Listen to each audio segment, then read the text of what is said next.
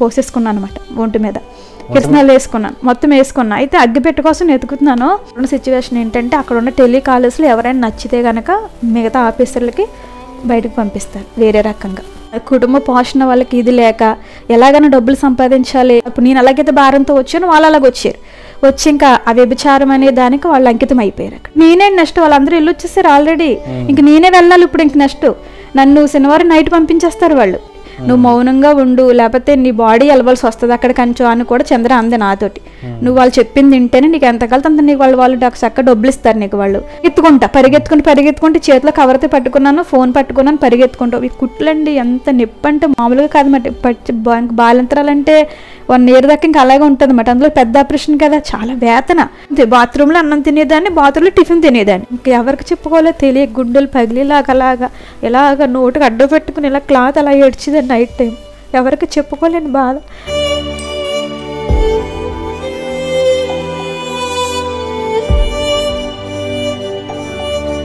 చివరికి సిచ్యువేషన్ ఏంటంటే నన్ను పిల్లల్ని కూడా వేరే ఒకరికి అమ్మేయడానికి బేరం పెట్టేశారు మాట. మొత్తం అంతా కూడా ఆర్ఎస్ఎస్ ప్రాంతం. నేను ధైర్యంగానే చెప్తాను, ఈ మాటలు చాలామంది వింటారు. ఇప్పుడు కూడా నాకు భయం లేదు. రక్త ప్రోక్షణం ఆవశ్యకం, సర్వ పాప నిరహారో రక్త ప్రోక్షణం ఆవశ్యకం అని ఉంది.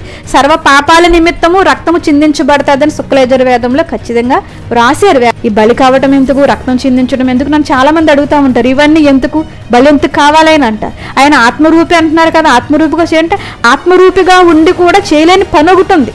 ఆత్మరూపిగా ఉంటే బలి కాలేడు ఆయన.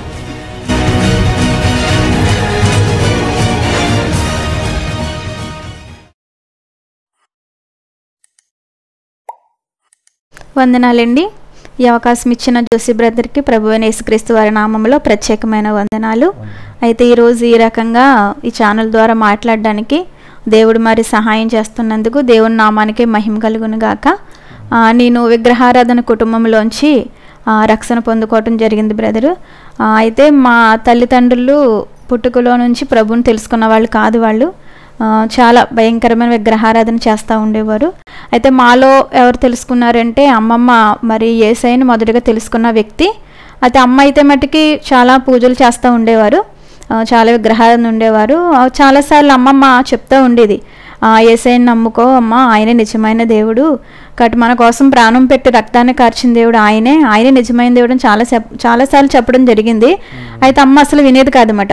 వినకుండా ఏమనేదంటే, మనకే రోజుకొక దేవుడు ఉన్నాడు కదా, మళ్ళీ మనం ఎందుకు మళ్ళీ ఈ రకంగా మళ్ళీ ఈయన తీసుకుని తెచ్చుకోవటము, ఉన్న వాళ్ళు మనకు సరిపోతారు, కాబట్టి నాకు ఇంకేమీ కూడా నాకు అవసరం లేదు అసలు అని.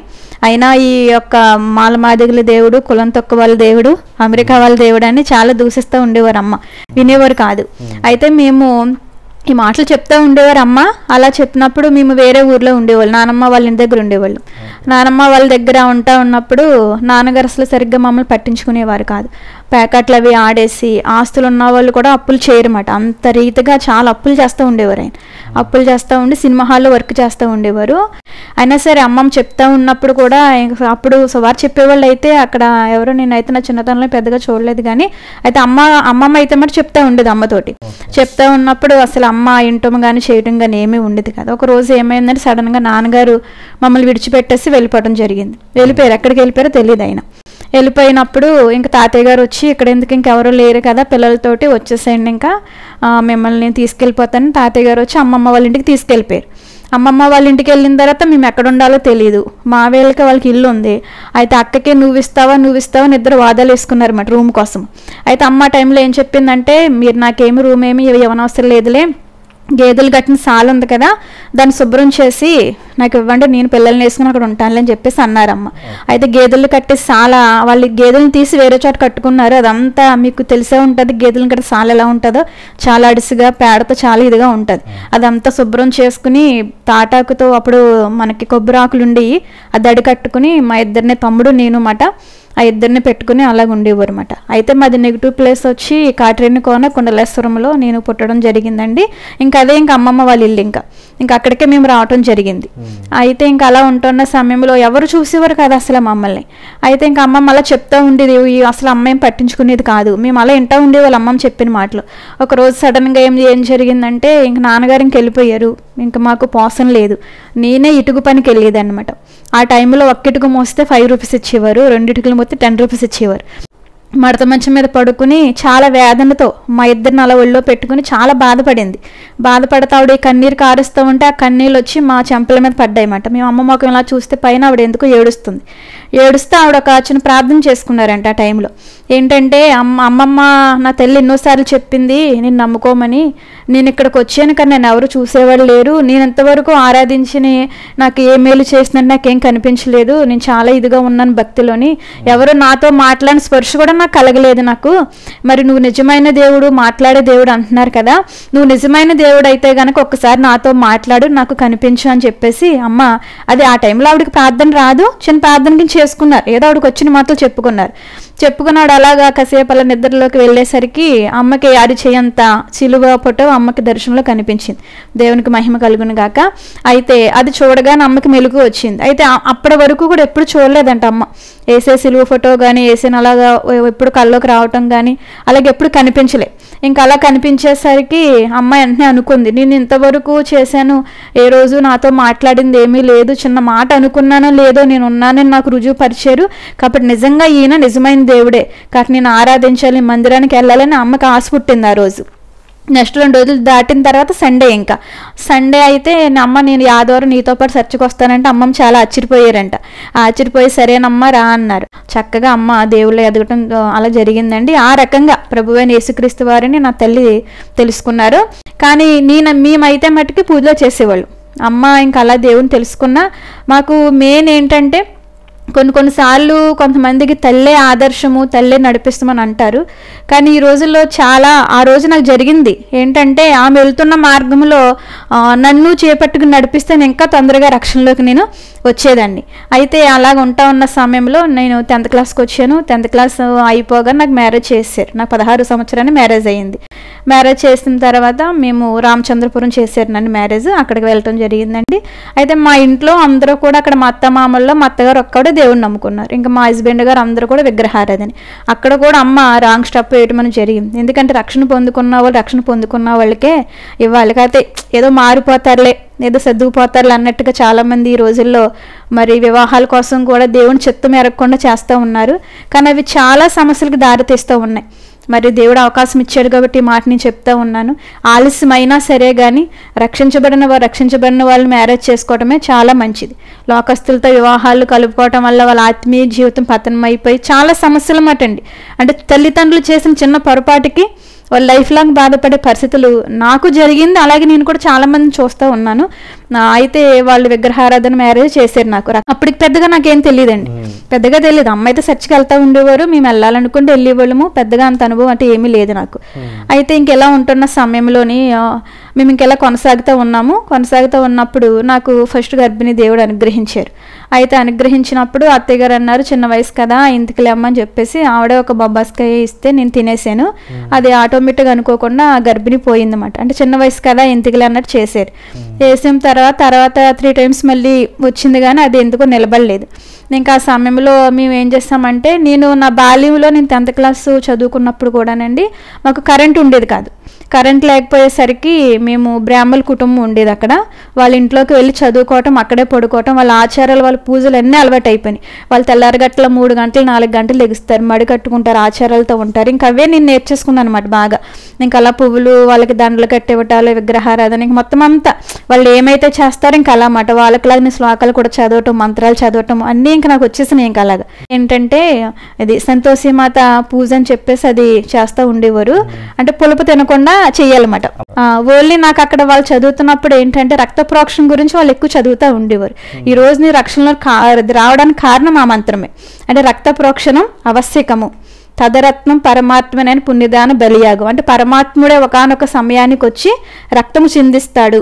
ఆ రక్తము ద్వారా అప్పుడు నాకు తెలియదు ఆ శ్లోకానికి అర్థము. కానీ వాళ్ళు చాలాసార్లు నేను అక్కడ కామేశ్వరరావు గారు ఉండేవారు, కాలుగూరు కామేశ్వరరావు గారు. నేను కొన్నిసార్లు రక్త ప్రోక్షణ గురించి అడిగితే మరి ఇవన్నీ చేస్తున్నాం కదా, ఎవరు రక్తం చిందించిన వాళ్ళు లేరు కదా, నాకు ఒకసారి డౌట్ వచ్చింది వాళ్ళు చదువుతూ ఉన్నప్పుడు. అయితే నేను ఒకసారి పూజారి గారిని అడిగినప్పుడు కూడా నాకు అంత క్లారిటీగా వాళ్ళు ఏం చెప్పలేదండి. నేను కూడా పెద్ద ఏం పట్టించుకోలేదు, అంత దాని మీద అంత గురి కలిగి అని చెప్పేసి నేను వాళ్ళని కూడా ఏమీ అడగలేదు. ఇంకా వాళ్ళ ఇంట్లోనే అలాగ ఉంటా వాళ్ళ ఆచారాలు వాళ్ళన్నీ నేర్చుకున్నాను, కొనసాగుతూ ఉండేదాన్ని. 10th అయిపోయిన తర్వాత మ్యారేజ్ అయ్యింది. ఇంకా వివాహ విషయంలో దేవుడు కార్యం జరిగించాడని చెప్పేసి అమ్మ వాళ్ళు చిన్నతనంలోనే ఇంకా చేశారు. ఇంకా ఎందుకంటే కట్నాలు ఇవ్వలేని పరిస్థితి అప్పుడు, కానీ ఇంకా వాళ్ళు అడుగుతున్నారని చెప్పేసి మ్యారేజ్ చేయడం జరిగింది. అయితే ఈయనకు కూడా దేవుడు అంటే ఇష్టం ఉండేది కాదు. ఇంకా వాళ్ళ అమ్మగారు కూడా సపోర్ట్ చేసేవారు కాదు. ఇంకా ఆవిడతో పాటు నన్ను తీసుకెళ్తూ ఉండేవారు అనమాట. తీసుకెళ్తూ ఉన్న సమయంలోని ఇంకా నాకు అప్పుడు ఈ వేదన అందరూ అనేవారు, ఈ అమ్మాయికి గర్భఫలం నిలబట్టలేదు అని చెప్పేసి అందరూ రకరకాలుగా మాట్లాడుకునేవారు. ఇంక పిల్లలు ఇంకా పుట్టరేమో ఇంక ఈవిడికి అనుకునేవారు. అప్పుడు నాకు నా తల్లి దేవుడు నాకు జ్ఞాపకం వచ్చారన్నమాట. అయితే అమ్మ నాన్నగారు విడిచి వెళ్ళిపోయినప్పుడు దేవుడిని చాలా హత్తుకున్నారు. మరి నాన్నగారిని విడిచి వెళ్ళిపోయినప్పుడు ప్రార్థించినప్పుడు కూడా నాన్నగారు తిరిగి రావటం కూడా జరిగిందండి. వచ్చారు ఒక 6 నెలలు మందిరానికి వెళ్ళగానే మరి అమ్మ చేసిన ప్రార్థన బట్టి, సంఘం చేసిన ప్రార్థన బట్టి వెళ్ళిపోయిన ఆయన ఒకసారి వచ్చారు. ఇంకా వచ్చి మాతో పాటు ఉండటం జరిగింది. ఆయన కూడా ప్రభువుని తెలుసుకున్నారు, రక్షణలో కూడా వచ్చారు. ఇప్పుడు తల్లిదండ్రులు ఇద్దరు కూడా రక్షణలోనే ఉన్నారు. వాళ్ళు అలా దేవుళ్ళో కొనసాగుతూ ఉన్నారు. అయితే నాకు ఆ సిచ్యువేషన్ నాకు ఇవన్నీ జ్ఞాపకం వచ్చినాయి కదా. అప్పుడు ఇలాగెవరూ లేరు, అమ్మమ్మ ఇంటికి వదిలేసి వెళ్ళిపోతే ఆ రోజు దేవుడి మీద ఆనుకుందమ్మ, కాబట్టి దేవుడు అమ్మకే కాదు నాకు కూడా సహాయం చేస్తాడు అని చెప్పేసి నేను పట్టుకోవాలని చెప్పేసి నేను ప్రార్థన చేసుకోవటం మొదలుపెట్టాను. అప్పుడే ఇంచుమించు నాకు 18-19 సంవత్సరాల ఏజ్లో నేను ప్రార్థన చేసుకోవటం మొదలుపెట్టా. ప్రార్థన చేసుకుంటా ఉన్నప్పుడు నాకు దేవుడు అనుకోకుండా దేవుడు అద్భుతకరంగా గర్భఫలాన్ని ఇచ్చారు. గర్భఫలాన్ని ఇచ్చినప్పుడు ఏం జరిగిందంటే కిడ్నీలో స్టోన్స్ వచ్చినాయి అన్నమాట. ఆ కిడ్నీలో స్టోన్స్ ఉండటం వల్ల నేను గర్భిణీ టెస్ట్ చేసుకోవడానికి వెళ్ళినప్పుడు ఈ నొప్పి వస్తుందండి విపరీతంగా అన్నప్పుడు కిడ్నీ టెస్ట్ చేస్తే అది రాడులు చాలా పెద్ద సైజులో ఉన్నాయంటండి. అవి ఉండటం వల్ల గర్భిణీకి మందులు వాడితే అసలు అది పనిచేయదంట. రాళ్ళు పెరిగిపోయే అవకాశం ఉంది, ప్రాణానికి డేంజరు. అయితే మీరు గర్భిణీ తీయించేసుకోవాలన్నారు. నాకు అప్పుడు రాక దేవుడు ఇచ్చారు. దాన్ని పోగొట్టు కూడా నాకు అసలు ఇష్టం లేదు. అయితే మా ఊర్లోనండి 2009 మే నెలలో సభలు జరుగుతున్నాయి. అక్కడ సభలు జరుగుతూ ఉన్నప్పుడు నేను అమ్మ వాళ్ళు వెళ్ళారు ప్రార్థనకి. అదే మీటింగ్లోకి నేను కూడా వెళ్ళటం జరిగింది. మీటింగ్లోకి వెళ్ళి నేను మోకరించి నేను ఎలా ప్రార్థన చేసుకోవాలో తెలీదు, నువ్వు ఎంతోమందికి ఎన్నో కార్యాలు చేస్తున్నావు కదా, ఇక నువ్వు ఇచ్చేవి ఇది గర్భఫలాన్ని, దీన్ని ఇప్పుడు దాంట్లో తీసేయాలంటున్నారు ఆ స్టోన్స్ వల్ల, మరి నా తల్లికి నువ్వు సహాయం చేసిన దేవుడు నాకు కూడా సహాయం చేస్తావని నేను ఇక్కడ కన్నీరు కారుస్తున్నానని నాకు ఏంటో ఆ టైంలో వచ్చిన ప్రార్థన చేసుకున్నాను. చేసుకున్న తర్వాత దేవుడు చాలా అద్భుతకరంగా నైట్గేనండి అప్పటి నుంచి ఇప్పుడు దాకా కూడా ఇలా ప్రార్థిస్తే చాలు వెంటనే దేవుడు నాకు జవాబులు ఇవ్వటం అనేది ఒక వరమే అని చెప్పుకోవాలి. ఇంకా చాలా అద్భుతకరంగా దేవుడు నడిపిస్తూ వచ్చారు. ప్రార్థన చేశాను, ఇంటికి వచ్చాను. మరి ఆ నైటే ఆ స్టోన్స్ యొక్క అది నొప్పి దాటగారు అప్పుడు ఏమన్నారంటే యూరిన్ వెళ్ళినప్పుడు గొచ్చి మీద మీరు తీసుకోవాలమ్మా అని చెప్పేసి అంటే అది దొరికింది. ఆ నైట్ కాలంలో విపరీతమైన నొప్పి వచ్చేస్తే యూరిన్కి వెళ్తే నాకు అది ఇంత ఉంది, ఇంకా పడిపోయింది. అలా పడిపోయింది. ఆ పడిపోగానే అది నేను మళ్ళీ వాటర్తో క్లీన్ చేసి కాకినాడ సుధా హాస్పిటల్కి తీసుకెళ్తే డాక్టర్ గారు కూడా చాలా ఆశ్చర్యపోయారు. అసలు అది వచ్చే అవకాశం లేదంటండి. నేను ఈ వారంలోనే నేను దాన్ని తీసేయాలి అని చెప్పేసి నేను సిజరింగ్ చెయ్యాలి అని అనుకున్నానమ్మా, కానీ దేవుడు చాలా అద్భుతం చేశాడు, నువ్వు ఏ దేవుడిని నమ్ముకుంటావు అని అడిగారు. నేను ఇప్పుడు ఇంతకుముందు చాలా విగ్రహారాధన చేసేదాన్నండి, ఇప్పుడు నేను యేసుప్రభుని నమ్ముకుంటున్నాను. నిన్న రాత్రి నేను వెళ్ళి ప్రార్థన చేసుకున్నానండి, మీరు ఇలాగ అన్నారు కదా గర్భిణీ తీసేసుకోవాలని, మరి నేను రాత్రే ప్రార్థన చేసుకున్నాను. ఈ రాత్రే దేవుడు నాకు ఈ కార్యం చేశాడంటే డాక్టర్ గారు కూడా చాలా సంతోషించారు. అయితే ఆయన చెప్పిన మాట ఏంటంటే ఇంకా స్టోన్స్ వచ్చేసింది కాబట్టి మీరు గర్భిణీ తీసుకోవాల్సిన అవసరం ఏమీ లేదమ్మా, ఇప్పుడు మీకు ఎటువంటి ఆటంకం లేదని చెప్పారండి. దేవుడు నామానికి మహిమ కలుగును గాక. అయితే ఆ రకంగా గర్భిణీ దేవుడు నాకు అనుగ్రహించారు. పాప బాబు కూడా దేవుడు ఇచ్చారండి నాకు. నేను ఆ యొక్క తర్వాత దాటగారి దగ్గర నుంచి వచ్చేసిన 3 రోజులు సభలు కదా దేవుడి కార్యం చేశాడని మళ్ళీ 3వ రోజు కూడా నేను సభల్లో పాల్గొన్నాను. సభల్లో పాల్గొన్నప్పుడు దేవుడు స్వార్థ ద్వారా నాతో మాట్లాడారన్నమాట. నీ పాపముల నిమిత్తము అతిక్రమల నిమిత్తము కల్వరి సిలువలో ఆయన చనిపోయి మరి సమాధి చేయబడి 3వ దినాన్ని తిరిగి లేచారు, నీకోసం రక్తం కార్చారు, ఆయన ఒక్కడే విమోచకుడు, ఆయన తప్ప మరొక మార్గము లేదు, కాబట్టి నీ జీవితానికి ఆయన ఇస్తావా. నాకు ఆ మాట ఎక్కువగా నన్ను ఆకర్షించుకుందన్నమాట. నువ్వు దేవుని కోసము నీ యొక్క జీవితాన్ని ఇస్తావా, నువ్వు ఆయన కోసం నిలబడతావా అని చెప్పేసి ఇలా సువార్త వినిపనేసరికి నాలో తెలియని ఏదో వేదన అన్నమాట, ఏదో బాధ, అలా చాలా కన్నీటితో అసలు అక్కడున్న బరకమంతా కూడా తడిసిపోయిందన్నమాట. అలాగంత ప్రత్యత్తాప పడి నేను ఎప్పుడో చిన్నప్పుడు అన్నీ కూడా ప్రతీది కూడా నాకు జ్ఞాపకం చేశారు దేవుడు. అప్పుడు అవన్నీ కూడా అక్కడ నేను ప్రార్థన చేసుకుని ఇంకా నేను రక్షణ పొందుకోవాలి, నేను రక్షణ పొందుకోకపోతే ఈ రోజు నేను ఈ యొక్క రక్షణ పొందుకోకపోతే రేపొద్దు నేను చనిపోతే ఏంటి నా పరిస్థితి, నేను నరకానికి వెళ్ళిపోతాను, నేను నరకానికి వెళ్ళకూడదు నేను అని చెప్పేసి నేను దేవుడని విశ్వాసం ఉంచండి. 2009 మే 11వ తారీఖున నేను రక్షణ పొందుకోవడం జరిగింది. ప్రభువైన యేసుక్రీస్తు వారిని నా సొంత రక్షణ కింద దేవుడి కింద అంగీకరించి నేను ఏమనలేదండి. ఆయన నన్ను ఏమి ఇబ్బంది ఏం పెట్టలేదు. అయితే నాకున్న బలహీనతను బట్టి ఆయన కార్యం చూశారు కాబట్టి ఆయన కూడా విశ్వాసం కలిగింది కానీ మందిరానికి అయితే వచ్చేవారు కాదైనా. నేను ఇంక దేవుళ్ళు ఇలా కొనసాగుతూ ఉండేదానండి. కానీ రక్షణ అనేది నాకు దేవుడు చాలా ఉచితంగా చాలా త్వరగానే ఇచ్చారు నాకు. అయితే ఆ రక్షణ పొందుకున్న తర్వాత అయితే నేను చాలా శ్రమల గుండా నడవలసి వచ్చిందండి. ఇంక ఇలాగ బాప్తీసం పొందుకున్న తర్వాత ఈ గర్భిణి వచ్చింది, పాప పుట్టింది. నెక్స్ట్ సారి మళ్ళీ దేవుడు ద్వారం తెరిచారు. తర్వాత గర్భిణి 7వ నెల గర్భిణి అన్నమాట. 7వ నెల వచ్చింది. డాక్టర్ గారు ఏం చెప్పారంటే, కొంచెం గర్భసంచి వీక్గా ఉందమ్మా మీకు, కాబట్టి మీరు కొంచెం దూరంగా ఉండాలి, మీరు మీ అమ్మగారింటికి వెళ్ళిపోవటం మంచిదని చెప్పారు. సరే అని చెప్పేసి నేను ఇంకా అమ్మ వాళ్ళు ఫోన్ చేసి అక్కడ తీసుకొచ్చేసారు. అమ్మ వాళ్ళ ఇంటికి తీసుకొచ్చేసిన తర్వాత ఇక్కడికి వచ్చిన ఒక 3 నెలలకి నాకు డెలివరీ అయిపోయింది. ఈ లోపల ఈయన ఒక ముస్లిం సహోదరితో వేరే రకంగా ఆయన ఉండటం ప్రారంభించారన్నమాట. అంటే అసలు భర్త అంటే చాలా బాగా చూసుకునేవారు అన్నమాట అండి. చాలా బాగా చూసుకోవడం అంటే నేను అనుకునేదాన్ని, అసలు భర్త అంటే ఇంత ప్రేమ ఉంటుందా, ఇంత అలా చూసుకుంటారా అనుకునేదాన్ని. అంత బాగా చూసేవారు అన్నమాట. వాళ్ళ అమ్మగారు అసలు ఈ ఒక్క మాట అన్నా సరే అసలు ఏమీ ఇది చేయకుండా చాలా ప్రాణంగా మాట అండి, చాలా ఇదిగా చూసుకునేవారు. నేను కూడా రక్షణ పొందుకుని మందిరానికి వెళ్ళేదాన్ని, కానీ ఎక్కువ అంటే నామకార్థ క్రైస్తవురాలుగా ఉండేదన్నమాట అండి. అంటే మందిరానికి వెళ్ళాము వచ్చాము, అంత ఇదిగా అంత లోతైన భక్తి చేసేదాన్ని కాదు. నాకు బైబిల్ గురించి కానీ భక్తుల గురించి కానీ అసలు ఏమీ తెలియదు. నేను మందిరానికి వెళ్ళటం, ప్రార్థన చేసుకోవటం అంటే ఆత్మకార్యం జరిగింది, కానీ యథార్థంగా దేవుడిని నేను ఆరాధించలేకపోయేదాన్ని, యథార్థంగా దేవుడితో నేను నడవలేకపోయేదాన్ని అనమాట. అయితే ఇంకెప్పుడు నాకు ఇంకా ఆయన ధ్యాసే, ఎలా ఉండాలి, ఏ వంటలు చేయాలి, ఎలా చూసుకుంటే ఆయన హ్యాపీగా ఉంటారు, ఇంక లోకపరంగా మాట ఆయన విషయంలో ఆయన ఎలా చూసుకోవాలని ఇంకెక్కువ అదే ఆలోచనతో ఉండేదాన్ని.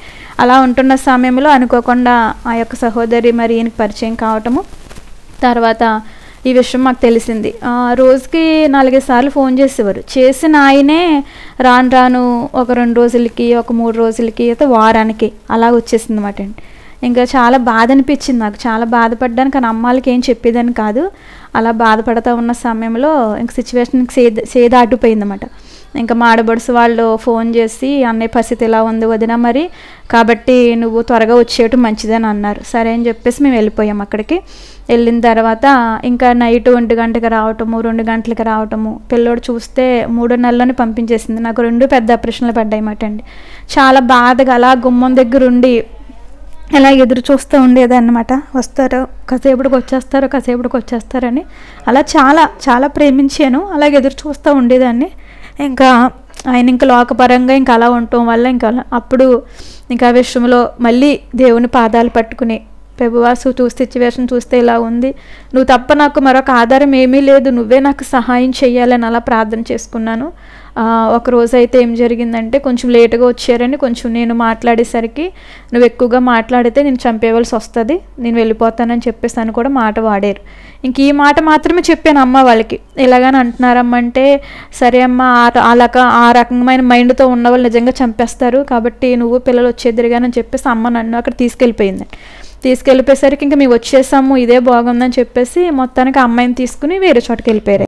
అయితే ఇలా చంపేస్తున్నసరికి అమ్మ వాళ్ళు తీసుకెళ్ళిపోయిన ఒక 4 రోజులకి ఆయన మొత్తం ఆమెను తీసుకుని ఎక్కడికి వెళ్ళిపోయారో తెలియదు, వెళ్ళిపోతే ఈ విషయాలు మొత్తం మా మామగారు చెప్పారన్నమాట. ఇలా జరిగిందమ్మా, ఇది పరిస్థితి అంటే. అప్పుడు అమ్మ వాళ్ళు అన్నారు, సరే వెళ్ళిపోయారు కదా, మాకున్నదే పెడతాం నీకు, మాకున్నదే తిను, నువ్వు నీ భర్తనైతే మేము తీసుకురాలేము అని చెప్పేసి అన్నారు.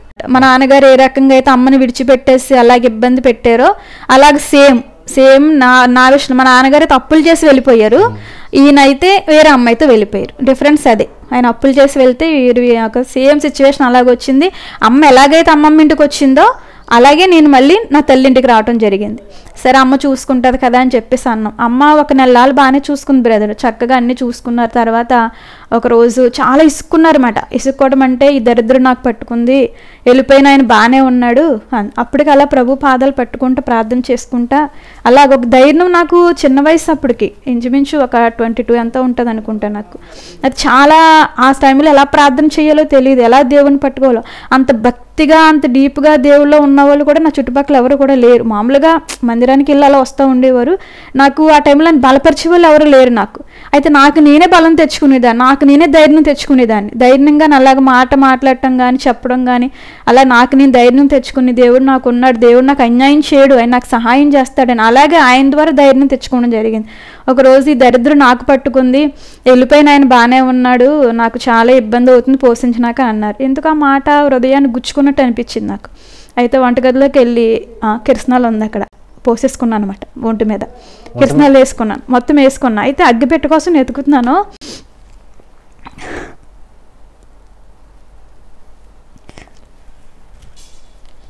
అయితే అగ్గిపెట్టిన ఎదుగుతుంటే అసలు ఎక్కడ కూడా కనిపించలేదు. మొత్తం అంత చుట్టూ ఎతికాను, కనిపించలేదు. ఈ లోపల స్మెల్ బయటకు వచ్చేసరికి తలుపులు ఇంకా బద్దలు కొట్టేసి వాళ్ళు గట్టిగా తోసేసి, నువ్వు అమ్మ ఆ టైంలో ఆదరించాలి, ఇలా చేయకూడదు. కానీ అమ్మ అన్న మాట ఏంటంటే, ఇక్కడ కాదు మీ అత్తగారి ఇంటికాడ పోసుకోపోయావా, ఇక్కడ మా ఇంటికాడ ఎందుకు మళ్ళీ మమ్మల్ని బయట పెట్టడానికి అని చెప్పేసి మాట అన్నారు. దానికి బాధ అనిపించింది. తర్వాత పెద్ద అత్తయ్య వాళ్ళు వచ్చి, ఇద్దరు పిల్లల్ని పెట్టుకుని ఉన్నవమ్మ, వాళ్ళ భవిష్యత్తు ఏంటి, బాబుకి 3వ నెలండి చంటి గుడ్డు, పాపకేమో 3 సంవత్సరాలు. ఇంత చిన్న చిన్న పిల్లల్ని పెట్టుకుని నువ్వు ఆ పని చేస్తావా, చేయకూడదు, దేవుడిని నమ్ముకున్నావు కదా, దేవుడు ధైర్యం ఇస్తాడు నీకు అని. అత్త దేవుడిని నమ్ముకోలే, ఒక అన్యురాలే. నువ్వు దేవుళ్ళో ఉన్నాక దేవుడు నీకు అన్యాయం చేయడని ఆవిడ నన్ను అలా బలపరిచింది. ఒక అన్యురాలు అంటే తెలుసుకుంటున్నారు వాళ్ళు కూడా అప్పటికి, కాకపోతే రక్షణ పొందుకోలేదు ఆవిడ. అయితే నేనున్న సిచ్యువేషన్ అలాగా ఆ యొక్క మైండ్లోకి వెళ్ళిపోయాను అనమాట. అంటే వీళ్ళన్న మాటలు ఇవి, చుట్టుపక్కల వాళ్ళు కూడా ఇలాగ చిన్న వయసులో చేసేసారు అది ఇది అని చెప్పేసి అందరూ కూడా మాట్లాడేవారు. ఇవన్నీ నా మనసు చాలా గాయపడి చనిపోతే బాగుండు, ఎందుకన్నా ఆ పని చేశాను.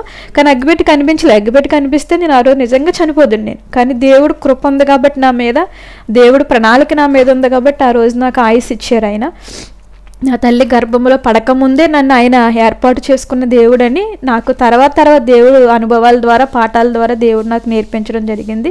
అత్తయ్య వాళ్ళ ఇంటికి తీసుకెళ్ళిపోతే నా మైండ్లో బాగా పెట్టుకున్నాను, అమ్మకి డబ్బులు ఇస్తే పిల్లలిద్దరిని చూస్తుంది, అమ్మకి ఇబ్బంది అయిపోతుంది, నేను ఏ రకంగా అయినా సరే డబ్బులు సంపాదించాలి, డబ్బులు సంపాదించి అమ్మకి ఇవ్వాలని కాటరింగ్ కొనాన్ని ఒక బట్టల షాప్ ఉంటే దాంట్లో జాయిన్ అవ్వి అనమాట. దాంట్లో జాయిన్ అవ్వి అలాగ పనిచేస్తూ ఉంటే రోజుకి 50 రూపాయలు చొప్పున నెలకు 1500 ఇచ్చేవారు.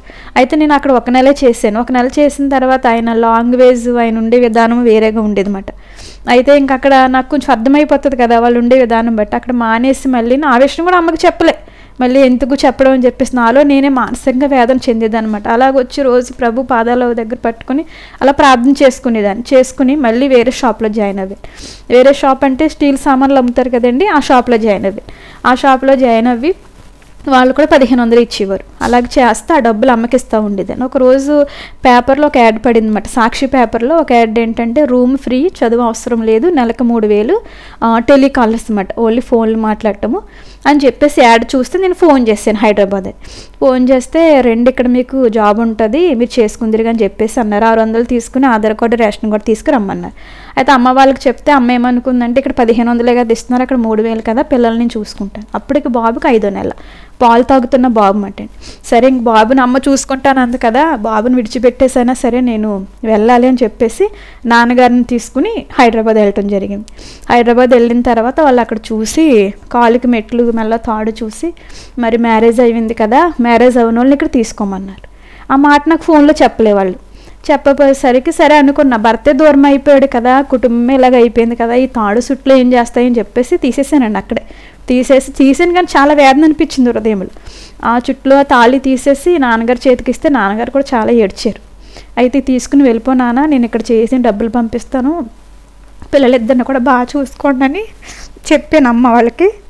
చెప్పిన తర్వాత వాళ్ళు వెళ్ళిపోయారు. అక్కడ ఒక 4 రోజులు చేసిన తర్వాత ఆ సిచ్యువేషన్ ఏంటంటే, పల్లెటూరులో జాబులు లేకుండా పిల్లలు ఉంటారు కదా యవనస్తులు, వాళ్ళకి ఫోన్ ద్వారా మీకు జాబ్ ఉంది ఇక్కడని వాళ్ళు ఫోన్ మాట్లాడి రప్పించాలి. అక్కడికి రప్పించి ఒక్కొక్కరి ద్వారా 600 కట్టించుకుంటారు. అక్కడ కట్టించుకుని జాబులు ఏమి ఉండవు, అక్కడ పలానా వేస్తారు, అక్కడ చేయలేరు వాళ్ళు, ఒక 2 డేస్ కంటే ఎక్కువ చేయలేరు అనమాట.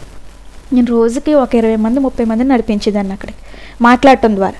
అయితే వాళ్ళని నడిపించిన తర్వాత అక్కడ ఉన్న సిచ్యువేషన్ ఏంటంటే, అక్కడ ఉన్న టెలికాలర్స్లో ఎవరైనా నచ్చితే కనుక మిగతా ఆఫీసర్లకి బయటకు పంపిస్తారు వేరే రకంగా అక్కడికి.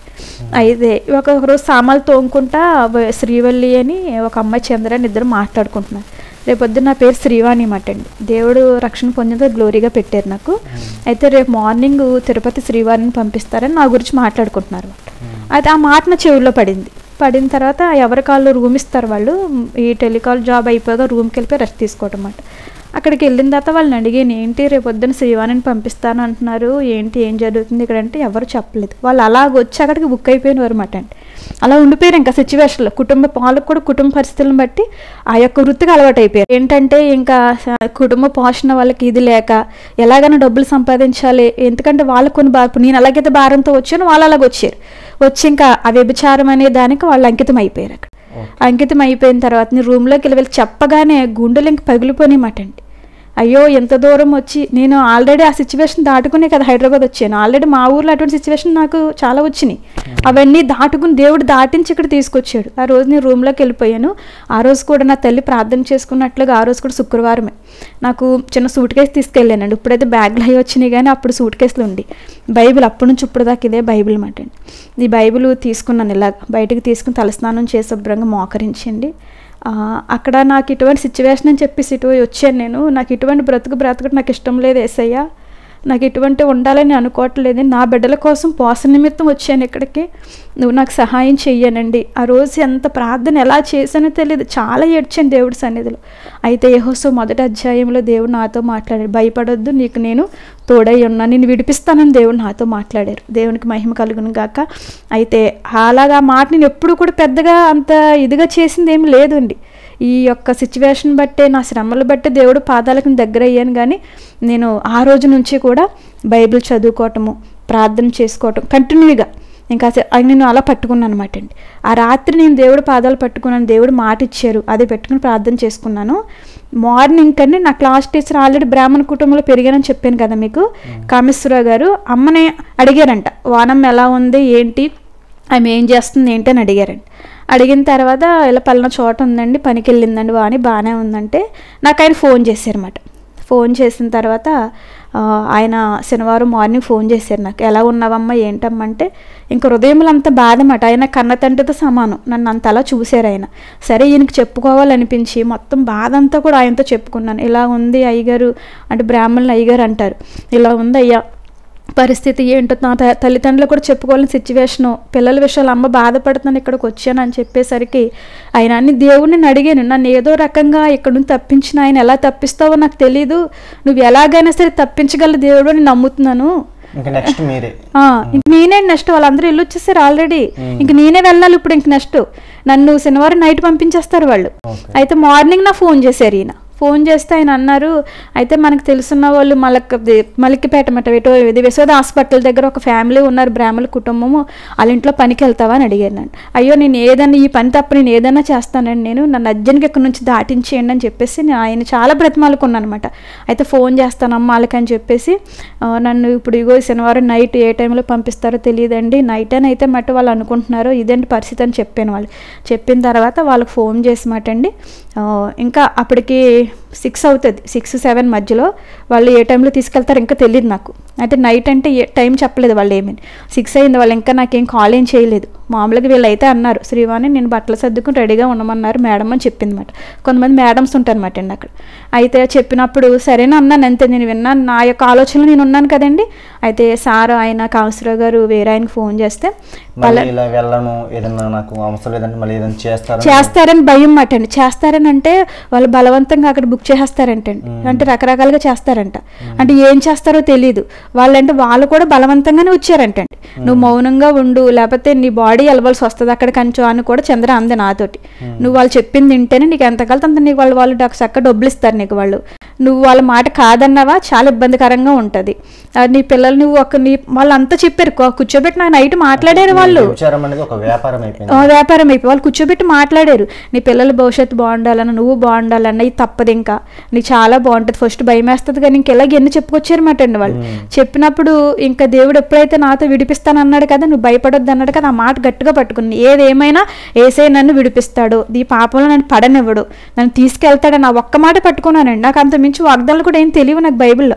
ఏదైతే దేవుడు నాతో మాట్లాడాడు శుక్రవారం నైట్ అదే పట్టుకున్నా గట్టిగా పట్టుకుని నైట్ అంతా ప్రార్థన చేశాను. మార్నింగ్ కల్లా నా క్లాస్ టీచర్ ఆయన కామేశ్వరరావు గారు ఆయన ఫోన్ చేశారు, పలానా ఇది మెయిన్ రోడ్లో కొంచెం సైడ్కి ఇది హీరో హోండా బైక్ షోరూమ్ ఉంటుంది, అక్కడ నుంచోమో కారు వస్తుంది ఎక్కేద్దిగాని అన్నారు. 6:30-7కి మధ్యలో మటన్ టైము. అయితే నేను ఏం చేశానంటే ఆ రోజు టెలికాల్స్ మాట్లాడాను, రూమ్కి వచ్చేసాను, చక్కగా నీట్గా రెడీ అయిపోయాను. నేను వాళ్ళు అనుకుంటున్నారంటే వెళ్ళడానికి ఈ అమ్మాయి ఆల్రెడీ సిద్ధమైపోతుంది, వెళ్ళిపోతుంది అని చెప్పేసి వీళ్ళు అనుకుంటున్నారు నన్ను. అయితే నా ఆలోచన వేరేగా ఉంది. నేను అనుకున్నాను బట్టలు అన్నీ అక్కడక్కడ వదిలేసానండి. ఒక ఫోన్ తీసుకున్నాను. ఫోన్ తీసుకుని బైబిల్ తీసుకున్నానండి, కవర్లో పెట్టుకున్నాను బైబిల్. వాళ్ళకి అన్నాను కొంచెం దాహంగా ఉంది, నేను సెంటర్లోకి వెళ్ళి కొంచెం డ్రింక్ తాగొస్తాను, డోర్ మీరు క్లోజ్ చేసుకొని నేను వచ్చిన ఇద్దరు గంటల మీరని వాళ్ళకి చాలా మంచిగా చెప్పండి. శీతాకాలము కొంచెం ఆరైనప్పటికే చీకటిగా అంతా కూడా అయిపోయింది. అయిపోయిన తర్వాత బైబిల్ పట్టుకుని ఇంకా అది ఎవరికే వాళ్ళు కూడా ఏంటని నన్ను అడగలేదండి. అడుగుతారేమో అలా అనుకున్నాను, కవర్లో ఏంటి అని అడుగుతారేమో అనుకున్నాను. కానీ వాళ్ళు కూడా నన్ను ఏమీ అడగలేదు. ఇంకా ఫోన్ అవుటింగ్ తీసుకునండి, దేవుని కృపను బట్టి అలా 4 అడుగులు వేసేసాను. వేసిన అక్కడి నుంచి పరుగు పెట్టాను అనమాట. అప్పటికి ఇంకా 6వ నెల అండి. అప్పటికి 5 నెలలో వచ్చాను. ఒక నెల మాత్రమే చేశాను అక్కడ పని. నేను చాలా ఇంకా పరుగు మాట అండి, పరుగు ఆగల. పక్కన పెద్ద ఆపరేషన్ తెలియటంటే ఆయన చెప్పారు కదా, హీరో హోండా షోరూమ్ పక్కన కారు ఆగుంటది అన్నారు, సూచన చెప్పారు నాకు. దేవుని ఏర్పాటు పక్కన ఉంటది, నువ్వు ఎక్కేసేయాలి నువ్వని చెప్పేసి అన్నారు. పరిగెత్తుకుంటే చేతిలో కవర్తో పట్టుకున్నాను, ఫోన్ పట్టుకున్నాను, పరిగెత్తుకుంటూ. ఈ కుట్లండి ఎంత నొప్పి అంటే మామూలుగా కాదన్నమాట. బాలంతరాలంటే 1 year దాకా ఇంకా అలాగే ఉంటుంది అన్నమాట. అందులో పెద్ద ఆపరేషన్ కదా, చాలా వేతన. ఇంకా అలా పరిగెట్టుకుంటే అక్కడ కారు ఉంది. ఇక ఈసారి నాకు మళ్ళీ ఫోన్ చేశారు, కారు కనిపిస్తుందామంటే కనిపిస్తుందంటే ఆ కారులో ఎక్కి కూర్చుని నిజంగా ఉపశమనం దొరికినట్టు అమ్మయ్య అనుకున్నట్టు ప్రాణానికి అలా కూర్చుని కారు కదిలేదాకా టెన్షన్ అనమాట అండి. ఏ రకంగా వచ్చి ఎవరు ఇబ్బంది పెడతారా అని చెప్పేసి తెలియని నాకు తెలియదు కదా, నాన్నగారు తీసుకొచ్చి చెప్పారు, నాకు అక్కడ ఏమీ తెలియదు. కారులో కూర్చుని దీన్ని ఇలా హత్తుకున్నాను అనమాట. ఏసయ్య నన్ను తప్పించేవు నాయన, నీకు స్తోత్రం తండ్రి అని అనుకున్నా. ఆ కారులో కూర్చుని చక్కగా నన్ను వాళ్ళ ఇంటికి తీసుకెళ్ళిపోయారు. సార్ ఏమో ర్యాకెట్లు తయారు చేస్తారు కదా, దాంట్లో మేనేజర్ అనమాట. మేడం ఏమో బ్యాంకులో మేనేజర్. ఇద్దరు కూడా జాబ్లే. అయితే ఒక అమ్మమ్మ గారిని చూసుకోవాలి. వాళ్ళు పక్కా గరిష్ట పూజలు మాట అండి, చాలా ఇదిగా ఉంటారు వాళ్ళు. అయితే నాకు ఎలాగ ఇవన్నీ టచ్లో ఉన్నాయి కదా, మామూలుగా తెల్లగట్టలు లేగటము అంటే విగ్రహారాధన ఏది చేసేదాన్ని కాదు, రక్షణ పొందుకున్నాను కాబట్టి దేవుని మీద ఆధారపడ్డాను. పువ్వులన్నీ కోసి మాల కట్టి ఇవ్వటము, కారు తొడవటము, షూ పాలిష్ చేయటము. ఇంకా ఎందుకంటే పనికి నేను అక్కడ ఒప్పుకున్నాను కాబట్టి వాళ్ళు చెప్పిందల్లా నేను చేస్తూ ఉండేదాన్ని. అక్కడ ఏంటంటే మార్నింగ్ భోజనం చేస్తారు 8 గంటలకి, మధ్యాహ్నం టిఫిన్ తింటారు. మనకి ఇక్కడేమో మధ్యాహ్నం భోజనం ఉదయం టిఫిన్ తింటాం, మధ్యాహ్నం భోజనం చేస్తాం. ఈ బాలింతరాల వల్ల ఏమయ్యేదంటే నాకు చాలా ఆకలేసేసేది అన్నమాట. ఎక్కువగా చాలా ఆకలేసరికి వాళ్ళు ఎదురుగుండే తింటే ఏమన్నా ఫీల్ అవుతారేమో, అమ్మమ్మ గారు ఉన్నారు కదా బాధపడతారు, మళ్ళీ ఇలా చేస్తే బాగోదు బ్రాహ్మణులు కదా అని చెప్పేసి బాత్రూంలోకి వెళ్ళి తలుపేసుకుంటే ఆకలి కొండలేకపోయేదండి, చాలా ఆకలేసేసేదండి. అయితే బాత్రూంలోకి వెళ్ళి ఆ స్మెల్ వచ్చినా సరే ఇంక బాత్రూము అలా కాస్త అన్నము కాకుండా నాకు మధ్యాహ్నం టిఫిన్ ఏర్పాటు చేసేవారు. ఆ టిఫినే ఉదయం తీసుకునేదాన్ని, అది కూడా బాత్రూంలో తినేది అనమాట. ఎందుకంటే నా సొంత ఇల్లు కాదు కదా, అది నా ఇష్ట ప్రకారంగా నేను చేయడానికి. ఇంకా బాత్రూంలో తినేసి మధ్యాహ్నం ఏమి ఎరగనట్లుగా ఆవిడకి టిఫిన్ పెట్టేసిన తర్వాత నేను అన్నం తినేదాన్ని మళ్ళీ, అది కూడా బాత్రూంలోనే. ఎందుకంటే బాత్రూంలో అన్నం తినేదాన్ని, బాత్రూంలో టిఫిన్ తినేదాన్ని. ఎందుకంటే వాళ్ళకి మరి టిఫిన్ వేరు, భోజనం టైం వేరు, నాకు భోజనం టైం వేరు, టిఫిన్ టైం వేరు. ఎదురుగుండా తింటే మళ్ళీ వాళ్ళు ఎవరిని అనుకుంటారు. ఒకసారికి అమ్మమ్మ గారిలో బాత్రూమ్కి వచ్చేసరికి నేను బాత్రూంలో ఉన్నా, చాలా తిట్టారు అవి నన్ను. మా రూల్సే నువ్వు ఫాలో అవ్వాలి, నీకు ఆకలిస్తే మట్టుకు అలా తినేస్తావా అని అన్నారు. చాలా బాధ అనిపించింది నాకు. సరే అంటే సిచ్యువేషన్ బట్టి అలా వచ్చాం కదా అని సర్దుకున్నా. నాకు 3 నెలలు అక్కడ చేశాను బ్రదర్. చేసిన తర్వాత మళ్ళీ సిచ్యువేషన్. సారు మేడం లేని సమయంలో నీకేం కావాలన్నా నేను సహాయం చేస్తాను, నాతో చెప్పని మళ్ళీ వేరే లాంగ్వేజ్. ఆయనకి 64 సంవత్సరాలండి, ఆయన వేరే రకంగా మాట్లాడటం మొదలు పెట్టారు. అక్కడికి వచ్చిన తర్వాత అలాగా ఒక 3 నెలలు జరిగిన తర్వాత నేనున్నానమ్మా నీకు అని చెప్పేసి ఇంకా అది ఎలా వర్ణించాలో నాకు తెలీదు. అయితే వేరే రకంగా మాట్లాడటం మొదలు పెట్టారు. ఆయన మొదలు పెట్టిన తర్వాత రాత్రులు అలాగే చాలా ఏడ్చేదాన్ని దేవుడి దగ్గర. ఊళ్ళో తప్పించుకుంటే ఆయన దగ్గరికి వెళ్ళాను. మళ్ళీ నేను చూస్తాను, నేను చేస్తాను, మళ్ళీ మేడంతో చెప్పుకో నీతో ఇలా మాట్లాడానని ఆయన కట్ట అలా చెప్తూ ఉండు. ఇంకెవరికి చెప్పుకుంటాను? ఇంకా అక్కడ అమ్మాయిలంటే కూడా అదే సిచ్యువేషను. దాటుకుని హైదరాబాద్ వచ్చా, మళ్ళీ అక్కడ అదే సిచ్యువేషను. దాటుకుని మళ్ళీ ఇక్కడికి వచ్చా, మళ్ళీ సార్ ద్వారా ఇక్కడ మళ్ళీ అదే సిచ్యువేషన్. ఇంకెవరికి చెప్పుకోవాలో తెలియ గుండెలు పగిలిలాగలాగా ఇలాగ నోటుకు అడ్డు పెట్టుకుని ఇలా క్లాత్ అలా ఏడ్చిదండి నైట్ టైం. ఎవరికి చెప్పుకోలేని బాధ. అలా ప్రార్థన చేసుకుంటా నేను అప్పుడు నా దగ్గర ఫోన్ కూడా ఏమీ లేదు, వాక్యాలు వినడానికి కానీ ఏమీ లేదు. నాకు నేనే వాక్యం చదువుకుని అలాగా స్తుతించడం శోభస్కరం అని కీర్తనలోని ఒక బుక్ పెట్టుకునండి, స్తోత్రం స్తోత్రం అని ఏంటంటే నన్ను ఏ పాపంలో పడకుండా సహాయం చేస్తున్నందుకు స్తోత్రం, నన్ను కాపాడుతున్నందుకు స్తోత్రం అనండి స్తుతి చెల్లించిందన్న బుక్ ద్వారా. అలా ఒక్కొక్క రోజుకి 4-5 పేపర్లు రాసుకుంటూ ఉండేది అనమాట. అలా రాసుకున్నప్పుడు ఒక రోజు ఎందుకో మేడంకి ఈ విషయం చెప్పేస్తే బాగుండు అని మనసుకు అనిపించింది. సార్ లేని సమయంలో మేడంకి చెప్పేశా, ఇలాగ అంటున్నారమ్మా సార్ అని. అంటే ఆవిడ నన్ను చాలా అర్థం చేసుకున్నారు. మంచి పని చేసావమ్మా నాతో చెప్పి, కాబట్టి నేను నాతో పాటు నేను తీసుకెళ్ళిపోతానని. సార్ ఇంటికాడ ఉన్న సమయంలో అమ్మ ఆవిడతో పాటు తీసుకెళ్ళిపోయేవారు. బ్యాంక్కి తీసుకెళ్ళిపోయి అక్కడ కూర్చోబెట్టుకుని ఆ ఫైల్స్ తాటమని లేకపోతే ఆ గదులు తొట్టమని అలా చిన్న చిన్న పనులన్నీ చెప్పేవారు అనమాట. అలాగే చేస్తా ఇలా ప్రార్థన చేసుకుంటా నేను ఒక 8 నెలల దాకా అలా గడిపిన తర్వాత ఈయన ఎక్కడికి వెళ్ళిపోయారో తెలియదు, ఏంటో తెలియదు. ఇక్కడ వీళ్ళందరూ కూడా ఎంక్వైరీ చేస్తున్నారు. ఎందుకు ఎంక్వైరీ చేస్తున్నారు? నా మీద ప్రేమతో కాదు, తమ్ముడికి మ్యారేజ్ అవ్వలేదు, ఇంట్లో ఆడబడుసు ఉంటే తమ్ముడికి మళ్ళీ సంబంధాలు రావు, ఎవరేమో అని అమ్మకి భయం కలిగి నన్ను వేరే మ్యారేజ్ చేసుకోమని నాకు మళ్ళీ చెప్పారన్నమాట.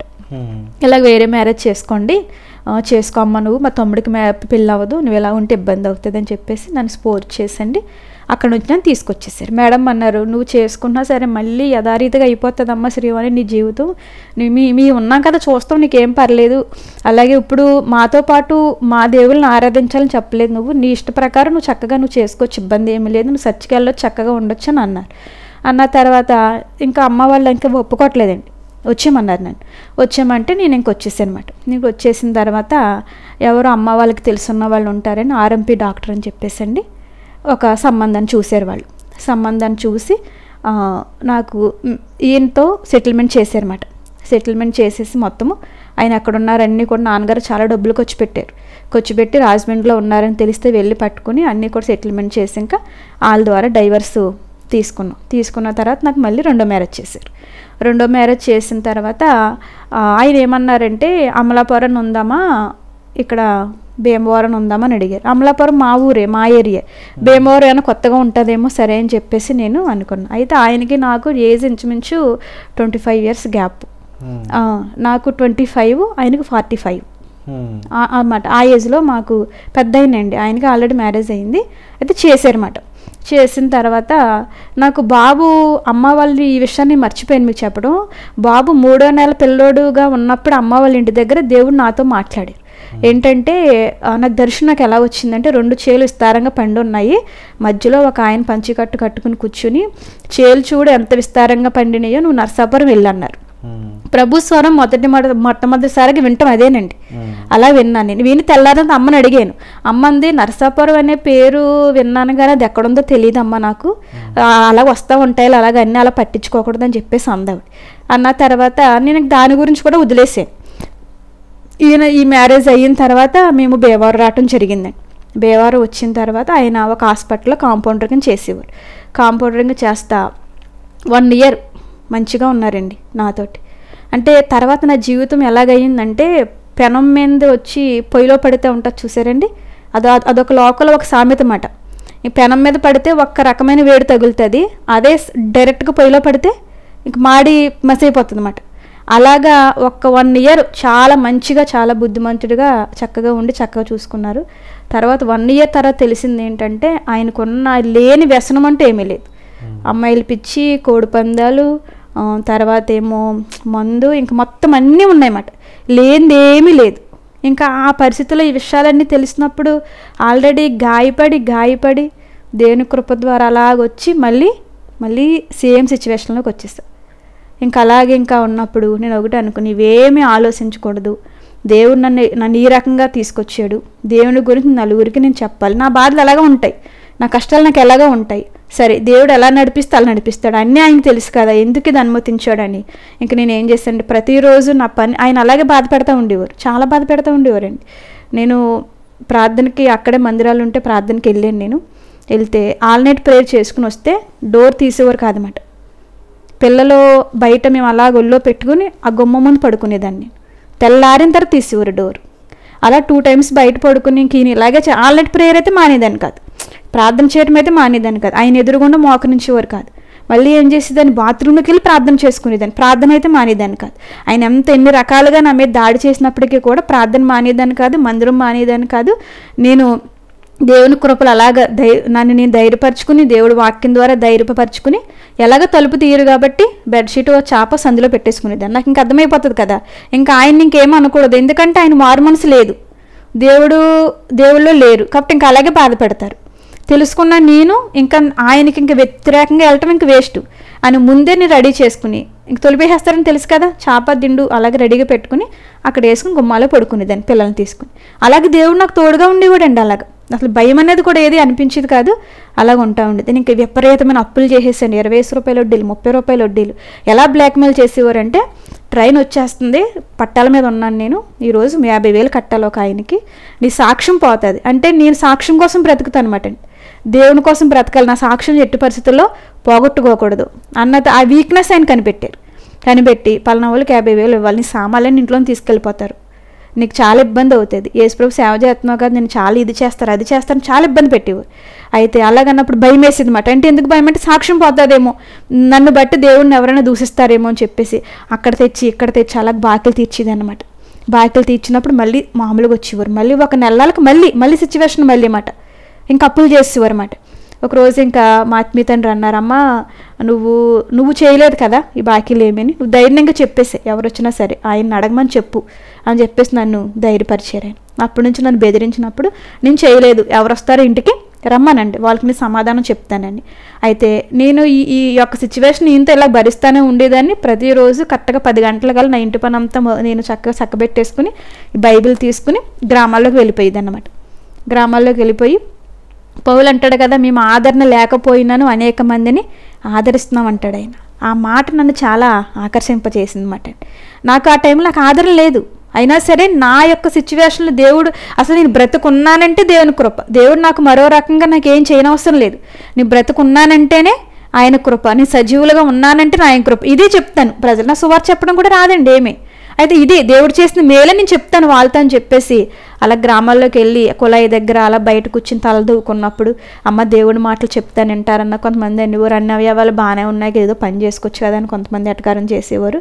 అలా వింటారా అన్న వాళ్ళకి ఒకటే చెప్పేదాన్ని, నోవాహు కాలంలో జలప్రలయం వస్తున్నప్పుడు ఒక పడవ నోవాహు తయారు చేయమని దేవుడు నోవాహుకు చెప్తే చేశాడు. దాంట్లో ఎంతోమందిని పిలిచాడు నోవాహు, ఎవరో రాలేదు, 80 మాత్రమే దాంట్లోకి ఎక్కారు, మిగతా వాళ్ళు అందరూ నాశనం అయిపోయారు. ఇప్పుడు కూడా ఆయన వస్తున్నాడు, రక్షణ వాళ్ళలోకి వస్తే మీరు దేవుడు సేపుగా మిమ్మల్ని ఉంచుతాడు, పరలోకం చేరుస్తాడు, రండి దేవుడు పిలుస్తున్నాడని ఈ మాటలేమాట, వచ్చిరాని మాటలే వాళ్ళకి సువార్త చెప్తే అక్కడ చిన్న ప్రార్థన, ఎవరింట్లోకి లోపలికి వెళ్ళేదాన్ని కదా, అలా బయట ఉండే ప్రార్థన చేస్తాను.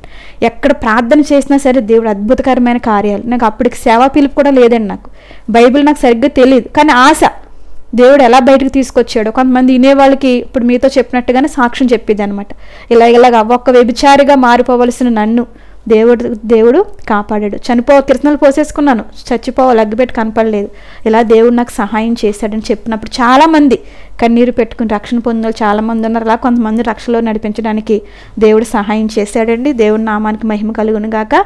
అయితే ఇలా జరుగుతూ ఉంది, ప్రతి ఊరు వెళ్ళిపోయేదాన్ని.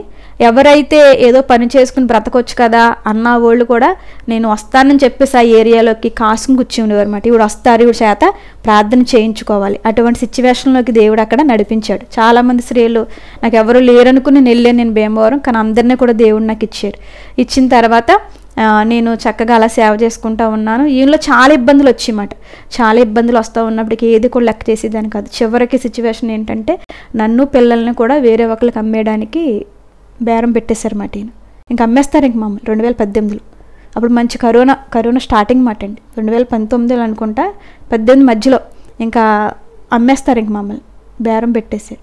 అయితే అంతకన్నా భయంకరమైన విషయం ఏంటంటే ఆయనకి అసలు ఒక మానవత్వం కూడా లేనమాట. అంటే ఇంకా అలా పెళ్ళిళ్ళు చేసుకుంటూ వెళ్ళిపోతాడు ఇంకా ఆయన. అటువంటి మైండ్ మాట అండి. అటువంటి వ్యక్తితో తల్లిదండ్రులు మొదటిసారి రాంగ్ స్టెప్ వేశారు, వీళ్ళు ఆలోచన లేకుండా. రెండోసారి కూడా నా విషయంలో రాంగ్ స్టెప్ వేశారు. అయితే ఇవన్నీ నాకు అన్నీ తెలిసిన తర్వాత ఈ మాటలు ఇవన్నీ నేను నా ఆత్మీయ తండ్రికి నేను ఫోన్ చేసినప్పుడు అయితే ఆయన, అమ్మ నిజంగా చాలా ప్రమాదమైన సిచ్యువేషన్లో ఉన్నావని చెప్పేసి దేవుడు చాలా అద్భుతకరంగా మాట అండి. అసలు మాకు ఆయనకి ఎటువంటి సంబంధం లేకుండా ఇంక మా జోలికి రాకుండా పరిశుద్ధాత్ముడు రాత్రి చాలా గొప్ప కార్యం చేశారు. గొప్ప కార్యం అంటే ఇంక మాకు ఆయనకి సంబంధం లేకుండా సెటిల్మెంట్ మాట, సంఘస్థుల్లో కూర్చోబెట్టి మాట్లాడి అంటే బెదిరించారు మాట. ఇంకా ఎందుకంటే ఇంక మమ్మల్ని అమ్మేసి పరిస్థితి, ఇంక నైట్కి నైట్ మా సామాన్లన్నీ వ్యాన్లో సర్దేసుకున్నాం. మేము వెళ్ళటం కూడా ఇంక తెలియదు ఇంక మాట. ఇంకా అలాగన్నీ కూడా ఏర్పాట్లు చేసి నైట్కి నైట్ మేము నరసాపురం వచ్చేయడం జరిగిందన్నమాట. నరసాపురం నేను అలా వచ్చానమాట అండి. నరసాపురం ఏ దర్శనం అయితే ఇచ్చాడో వచ్చానండి. నరసాపురం తెలియకుండానే 3వ నెలలో దేవుడు మాట్లాడితే బాబుకి 11వ సంవత్సరం వచ్చిన తర్వాత మేము నరసాపురం రావడం జరిగింది. నేను 8 సంవత్సరాలు బేవాళ్ళలో ఉన్నాను అనమాట. అంతకుముందు నరసాపురం అంటే నాకేంటో తెలియదండి. అయ్యగారు ఈ నరసాపురం దర్శనం ఆయనతో చెప్పాను కదా, అక్కడికి ఇలా పంపించి ఆయనే రూమ్ చూసి ఆయనే అక్కడ అన్ని నాకు సహకారిగా చేసినట్టు నా ప్రాంతానికి నడిపించారు. నన్ను నడిపించిన తర్వాత మీకు నా సేవ దర్శనం మీకు చెప్పాలి, చాలా మెయిన్ ఇంపార్టెంట్. నేను ఇలా పరిచర్య చేస్తూ ఉన్నప్పుడు నా ఆత్మీయ తండ్రి భానుప్రకాష్ గారు భీమవరంలో పరిచర్య చేస్తారు. అయితే ఆయన అన్న, దేవుడు నేను సేవకు పిలుచుకుంటున్నాడమ్మా, కాబట్టి హస్తనిక్షేపం అనేది నువ్వు తీసుకుని సేవలో ముందుకు వెళ్ళాలన్న. కాబట్టి దేవుడు మీతో చెప్పారు కదా, మరి నాతో కూడా చెప్పాలి కదండి. నేను ఫాస్టింగ్ను ప్రార్థన చేసుకుంటాను అని 40 రోజులు ఫాస్టింగ్ పెట్టుకున్నాను. 40 రోజులు ఫాస్టింగ్ పెట్టుకుని నేను దేవుని సన్నిధిలో ప్రార్థన చేస్తూ ఉన్నప్పుడు దేవుడు ఒక దర్శనం నాకు చూపించారు. ఏంటంటే నేను ఆ దర్శనంలో సామాన్లు తోముకుంటా ఉన్నాను. ఒక ఆయన వచ్చి, అమ్మ నిన్ను ఒక ఆయన పిలుస్తున్నారమ్మా, మీరు రండి అన్నారు. ఆయన అనగానే నేను ఆయనతో పాటు వెళ్తే ఆయన ఒక మంచు ఏరియా ఎలా ఉంటుంది, పొగలో పైకి వస్తా అలాగా చాలా మంచి ఏరియాలోకి అలా తీసుకెళ్ళి, మంచు పట్టేస్తుంది అంతా, అటువంటి ఏరియాలోకి తీసుకొచ్చినా నాకు కనిపించలే, ఎటు వెళ్ళిపోయారు ఆ దర్శనంలోనే. అయితే నేను అటు ఇటు చూసుకుంటున్నాను, అక్కడ ఎవరో లేరు. ఈ లోపలని ఆకాశం అలా తెరవబడింది అన్నమాట అండి.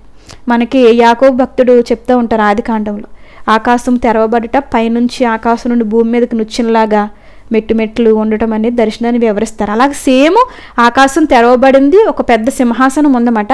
ఆ సింహాసనంలో పండు ముసలాయన కూర్చుని ఉన్నారు. అక్కడ కూర్చుని ఉంటే ఒక్కొక్క మేడమెట్టు ఆకాశం నుంచి భూమి దాకా ఉన్నాయండి. మేడమెట్లు స్టెప్పుల కింద ఒక్కొక్క మెట్టు మీద ఒక్కొక్క తెల్లటి వస్త్రాలు కట్టుకుని ఒక్కొక్కరు నుంచుని ఉన్నారు. ఆ పైనుంచి కింద దాకా చూసుకుని వచ్చాను. చక్కటి మంచి యవన కాలంలో ఉన్న యవనస్తుడు ఆ భూమి మీద నుంచుని ఉన్నారు, నా పక్కన నుంచుని ఉన్నారు. ఆయన ఆ పైనుంచి కింద దాకా చూసుకుంటూ వచ్చాను. నుంచుని ఉంటే ఆ పెద్ద ఆయన ఏం చేశారంటే, ఆ పండు ముసలాయన అటు బంగారము కాదు ఇటు వెండి కాదు కలిపి చేసిన పాత్ర మాట అండి. ఇంత పాత్ర ఉంది చెంబులాగా. ఆయన చేతిలో చెంబు ఈ స్టెప్పుల దేవదూతల మీద చేతుల్లోకి వచ్చిందన్నమాట. అంటే దేవదూతలని తర్వాత నాకు తెలిసింది, నాకు తెలియదు కదా అంతకుముందు దర్శనం వచ్చినప్పుడు. ఒక్కొక్కరి చేతిలోంచి యవనస్తుడి చేతిలోకి వచ్చింది. యవనస్తుడి చేతిలోకి రాగానే ఆయన నాకు ఇచ్చారన్నమాట. నాకు ఇవ్వగానే నేను ఏం చేశానంటే దాన్ని తాగి నేను ఆయనతో చెప్తున్న మాట ఏంటంటే, ఏ పాత్రలోదైతే నేను తాగుతున్నానో ఇదే పాత్రలోది అనేక మంది చేత నేను తాగిస్తాను అన్నాను ఆయనతోటి. అలా చెప్పగానే ఆయన ఏమన్నారంటే, నేను దేనికోసం నిన్ను పిలిచానో అదే మాట నువ్వు చెప్పినట్లు చెయ్యి అన్నారు ఆయన. వెంటనే అన్న తర్వాత ఆ పాత్ర తీసేసుకున్నారు ఆయన మళ్ళీ నా దగ్గర నుంచి. నేను అన్నాను, ఒకసారి చూసి ఇచ్చేస్తానండి, మీకు ఇవ్వండి, చాలా బాగుందండి బ్రదర్, తప్పకుండా పరలోకంలో చూస్తామని నేను అనుకుంటున్నాను, చాలా అందమైన పాత్ర, అట్లా చూడాలనిపిస్తుంది అన్నమాట. ఆ పాత్ర అసలు ఈ భూమి మీద ఎక్కడా ఉండవయ్యి, అటువంటి పాత్ర మాట. ఇప్పటికీ నా కళ్ళల్లో అలా కదులుతూ ఉంది ఆ పాత్ర. అలాగే నేను దాంట్లో తాగాను. ఈ లోపల ఒకరి చేతిలోంచి ఒకరికి మళ్ళీ పెద్ద ఆయన చేతిలోకి అది వెళ్ళిపోయింది. అలాగే దర్శనం అక్కడికి అలా ముగించబడింది. అది ఇదే దర్శనం నేను ఇలా వచ్చిందని చెప్పేసి ఆయనతో చెప్పినప్పుడు ఆయన, అమ్మ దేవుడు నేను సేవకి పిలుచుకుంటున్నాడని చెప్పేసి 2014 ఆగస్టు 27వ తారీఖున రంజిత్ తోఫ్రే గారి ద్వారా హస్తనిక్షేపణ పొందడం జరిగిందన్నమాట. హస్తనిక్షేపం తీసుకుని అప్పటి నుంచి ఇప్పుడు దాకా 10 years నుంచి కూడా నాది వీధి సువార్త మాట అండి. ఇప్పుడు నేను నరసాపురము, జున్నూరు, పాలకొల్లు, శివకోడు, అంతర్వేదపాలెం 7 స్థలాల్లో పరిచర్య చేస్తాను. చాలా విగ్రహారాధన ప్రాంతం. ఇప్పుడు నేను ప్రస్తుతం ఉన్న ప్రాంతం అయితే చాలా విగ్రహారాధన. నేను మా ఇంట్లో ప్రార్థన పెట్టుకోవాలంటే కిటికీ తలుపులు వేసుకుని డోర్లు వేసుకుని నేను ఇంట్లో ప్రార్థన మొత్తం అంతా కూడా RSS ప్రాంతం. 2 times మా ఇంట్లో నేను ఒక 20 మందిని సమకూర్చి ఆరాధన జరిగిస్తూ ఉంటే వాళ్ళు ఆరాధన ఆటంకపరిచి చాలా ఇబ్బంది పెట్టారు. ఇప్పుడు నరసాపురం నాకు స్నేహితులు కానీ రక్త సంబంధులు కానీ ఎవ్వరూ లేరు. నేను నా దేవుడు మాత్రమే అక్కడ ఉన్నాం. ఒక నిరీక్షణ 4 years నుంచి అక్కడ నేను చేస్తున్నాను. రహస్యంగా వెళ్ళి కొన్ని ఇళ్ళు దర్శించి వాళ్ళకి ప్రార్థనలు చేసి వాళ్ళకి ప్రభు మార్గాన్ని తెలియజేస్తూ ఉన్నాను. అలాగే వీధి సువార్త కూడా నేను చేస్తాను. నాకు ఎవరు 10 మంది ఉంటే సువార్త చేయగలను అనుకోను. ఎందుకంటే మొదటి నుంచి నా ధైర్యం నా యేసయ్యే. ఆయన ఒక్క ఆయన ఉంటే చాలు, నేను వెళ్ళిపోతాను, ఆయనకి అప్పగించుకుంటాను. ట్రాఫిక్ గల ప్రాంతంలో నిలబెడతాను, ఒక మైక్ పట్టుకుని చెప్పేస్తాను చెప్పవలసిన విషయాలు. ఆర్ఎస్ఎస్ ప్రాంతం మధ్యలోనే మైక్ పట్టుకుని అంటే మెయిన్ సెంటర్లో ఉంటాయి కదండి. అంటే వాళ్ళ ఆర్ఎస్ ప్రాంతం ఏంటంటే ఇప్పుడు ఎలా ఉంది, ఇంటింటికి వెళ్తుంటే కరపత్రాలు ఇచ్చిన వాళ్ళు వేరే రకరకాలుగా చాలా అంటే వాళ్ళు ఏంటంటే ఇక్కడికి మిమ్మల్ని ఎవరు రమ్మన్నారు, సువార్త ఇక్కడ ఎవరు చేయమంటున్నారు. సువార్త చేయటం అనేది భారత రాజ్యాంగం మాకు ఇచ్చిన హక్కు. ఏమండి, ఎవరు మతాన్నైనా సరే మీరు కూడా చక్కగా నన్ను అడిగిన వాళ్ళకి ఇదే చెప్తాను. ఇప్పుడు మీ గ్రంథాల మీద మీకు ఎటువంటి విశ్వాసం ఉందో, ఎటువంటి నమ్మకం ఉందో చక్కగా ఒక 10 మందిని వేసి ప్రచారం చేసుకోవచ్చు, అంతే కదండి. నా గ్రంథం మీద నాకున్న విశ్వాసాన్ని బట్టి, భక్తిని బట్టి నేను చెప్పుకుంటాను. ఇప్పుడు ఎవరిని కూడా కించపరచిన అవసరం ఏమీ లేదు. ఇప్పుడు ఒకప్పుడు నేను చాలా విగ్రహారాధని, నాకు ఆసక్తి ఉందనుకో ఒక రామాయణాన్ని, ఒక మహాభారతం ఇంటింటికి మంచి పెట్టుకోవచ్చు. ఎవరొద్దంటారు? నేను కూడా తీసుకుంటాను రామాయణం, ఎందుకంటే చదివాను, మహాభారతం చదివాను. వేదాలు కూడా మనకి 4 వేదాలు ఉన్నాయి. భారతీయ సనాతన గ్రంథంలో చాలా, ఎందుకంటే అర్థం చేసుకోవటం తెలియక మత మార్పిడి అంటున్నారు. మతాన్ని ఎవరు మార్చారు? ఒక ఇష్టం లేని కూరనే ఎవరో తినిపించలేరు కదా బలంగా. ఒక ఇష్టం లేని దేవుడిని ఎలాగ ఆరాధింప చేస్తారండి? చేయగలుగుతారా? అది కాదు. ఇప్పుడు నన్ను ఎవరు బలవంతంగా మతం మార్చలేదు, నాకెవరు డబ్బులు ఇవ్వలేదు. అలాగే ఇప్పుడు చేస్తున్న సేవ కూడా నాకు అక్కడ నుంచి డబ్బులు రావట్లే, నాకెవరు ఇచ్చేవాళ్ళు కూడా లేరు. ఎందుకంటే నేను దేవుడి మీద ఆధారపడి దేవుడు సేవ చేస్తున్నాను. ఎందుకంటే అమెరికా దేవుడిని ఒక ముద్ర వేశారు కదా, ఆయన అమెరికా దేవుడు కాదు, కులం తక్కువ వాళ్ళ దేవుడు కాదు. ఎందుకంటే వేదాలు మనకు తెలియజేస్తూ ఉన్నాయి ఏంటంటే రక్త ప్రోక్షణం ఆవశ్యకం, సర్వ పాప నిరహారో రక్త ప్రోక్షణం ఆవశ్యకం అని ఉంది. సర్వ పాపాల నిమిత్తము రక్తము చిందించబడుతుందని శుక్లయజుర్వేదంలో ఖచ్చితంగా రాశారు వేద ఋషులు. తెలుసుకోవట్లేదు. అదే ఇప్పుడు చెప్తున్నాను అక్కడ నేను. బాబు మీరు పౌలు అంటాడు కదా, వేతెన్సీ పట్టణానికి వెళ్ళినప్పుడు తెలియని దేవుడిని వారు ఆరాధిస్తున్నారని రాసుకున్నారు అక్కడ.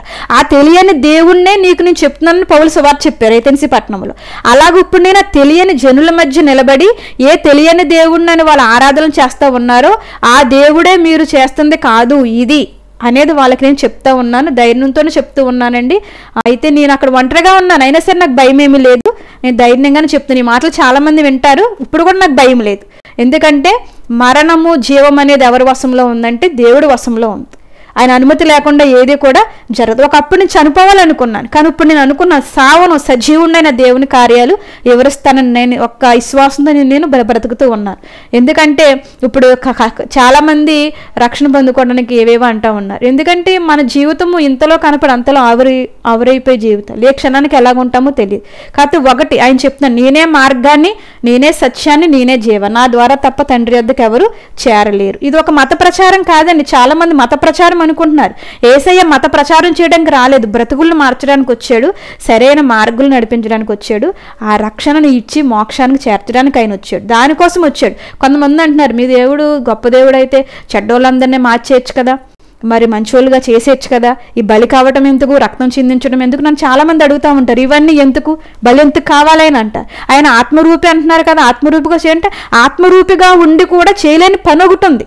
ఆత్మరూపిగా ఉంటే బలి కాలేడు ఆయన, ఆత్మరూపిగా ఉంటే సిలువ యజ్ఞం జరిగించలేడు. మరి వేదాల్లో ఉన్న మాట కొట్టివేయబడుతుంది, ఎందుకంటే యజ్ఞమైన వాడే ప్రజాపతి అని చెప్తుంది వేదం. యజ్ఞం కావాలి అక్కడ. కాబట్టి వేదాల్లో కూడా కొంతమంది మరి వరుణ దేవుడు అనగా, ఇంద్రుడి దేవుడు అనగా, మరి వాళ్ళు అంటున్నారు ఇదిగో మా పితరుల పాపాలు మా మీద ఏలుబడి చేస్తూ ఉన్నాయి, మమ్మల్ని మాకు మోక్ష మార్గం చూపమని. చూడండి ఎంత బలమైన మాట ఏంటి. మరి వేదాల్లో కూడా చక్కటి మనకి సంధ్యావందనంలో ఒక మాట ఉంటుంది, అసతోమ సద్గమయ, తమసోమ జ్యోతిర్గమయ, మృచోమ అమృతంగమయ. వేద ఋషి ప్రార్థన చేస్తూ ఉన్నారు, అసత్యంలో ఉన్నాను సత్యంలోకి నడిపించు, మరి మరణంలో ఉన్నాను జీవంలోనికి నడిపించు, మరి చీకట్లో ఉన్నాను వెలుగులోకి నడిపించండి. మరి మహర్షులకి అటువంటి ప్రార్థన చేశారంటే సామాన్యులు మరి మనం ఏ పాటి వారు? మహర్షులు అంటే వాళ్ళని తేలిగ్గా తీయడానికి లేదండి, వాళ్ళు అహర్నిశలు తపస్సు చేసి అంటే ఏంటంటే వాళ్ళు ఏమనుకుంటున్నారంటే ఈ సంధ్యావందన ప్రార్థన కూడా చాలా మందికి తెలియదండి, తెలియదు అసలు. వాళ్ళు వింటారంతే, అలాగా దాంట్లో ఉన్నది ఎవరు కూడా అధ్యయనం చేయరు. ఎందుకు వేద ఋషులు అలా ప్రార్థన చేయవలసి వచ్చింది, ఆ ప్రార్థనలో ఉన్న అర్థం ఏంటి అనేది ఎవరు కూడా చేయరు. ఇప్పుడు మనం చెప్పుకుంటున్నాం రక్త ప్రోక్షణం ఆవశ్యకమని వేదాల్లో ఉంది. రక్త ప్రోక్షణం ఎందుకు ఆవశ్యకమని ఉంది? ఈ రక్తము చిందించిన వాళ్ళు మనలో ఎవరైనా ఉన్నారా అని అన్వేషణ లేదు. అన్వేషణ చేస్తే ఈరోజు ప్రతి ఒక్కరూ ప్రభువుని యేసుక్రీస్తు వారి యొద్దకు వస్తారు.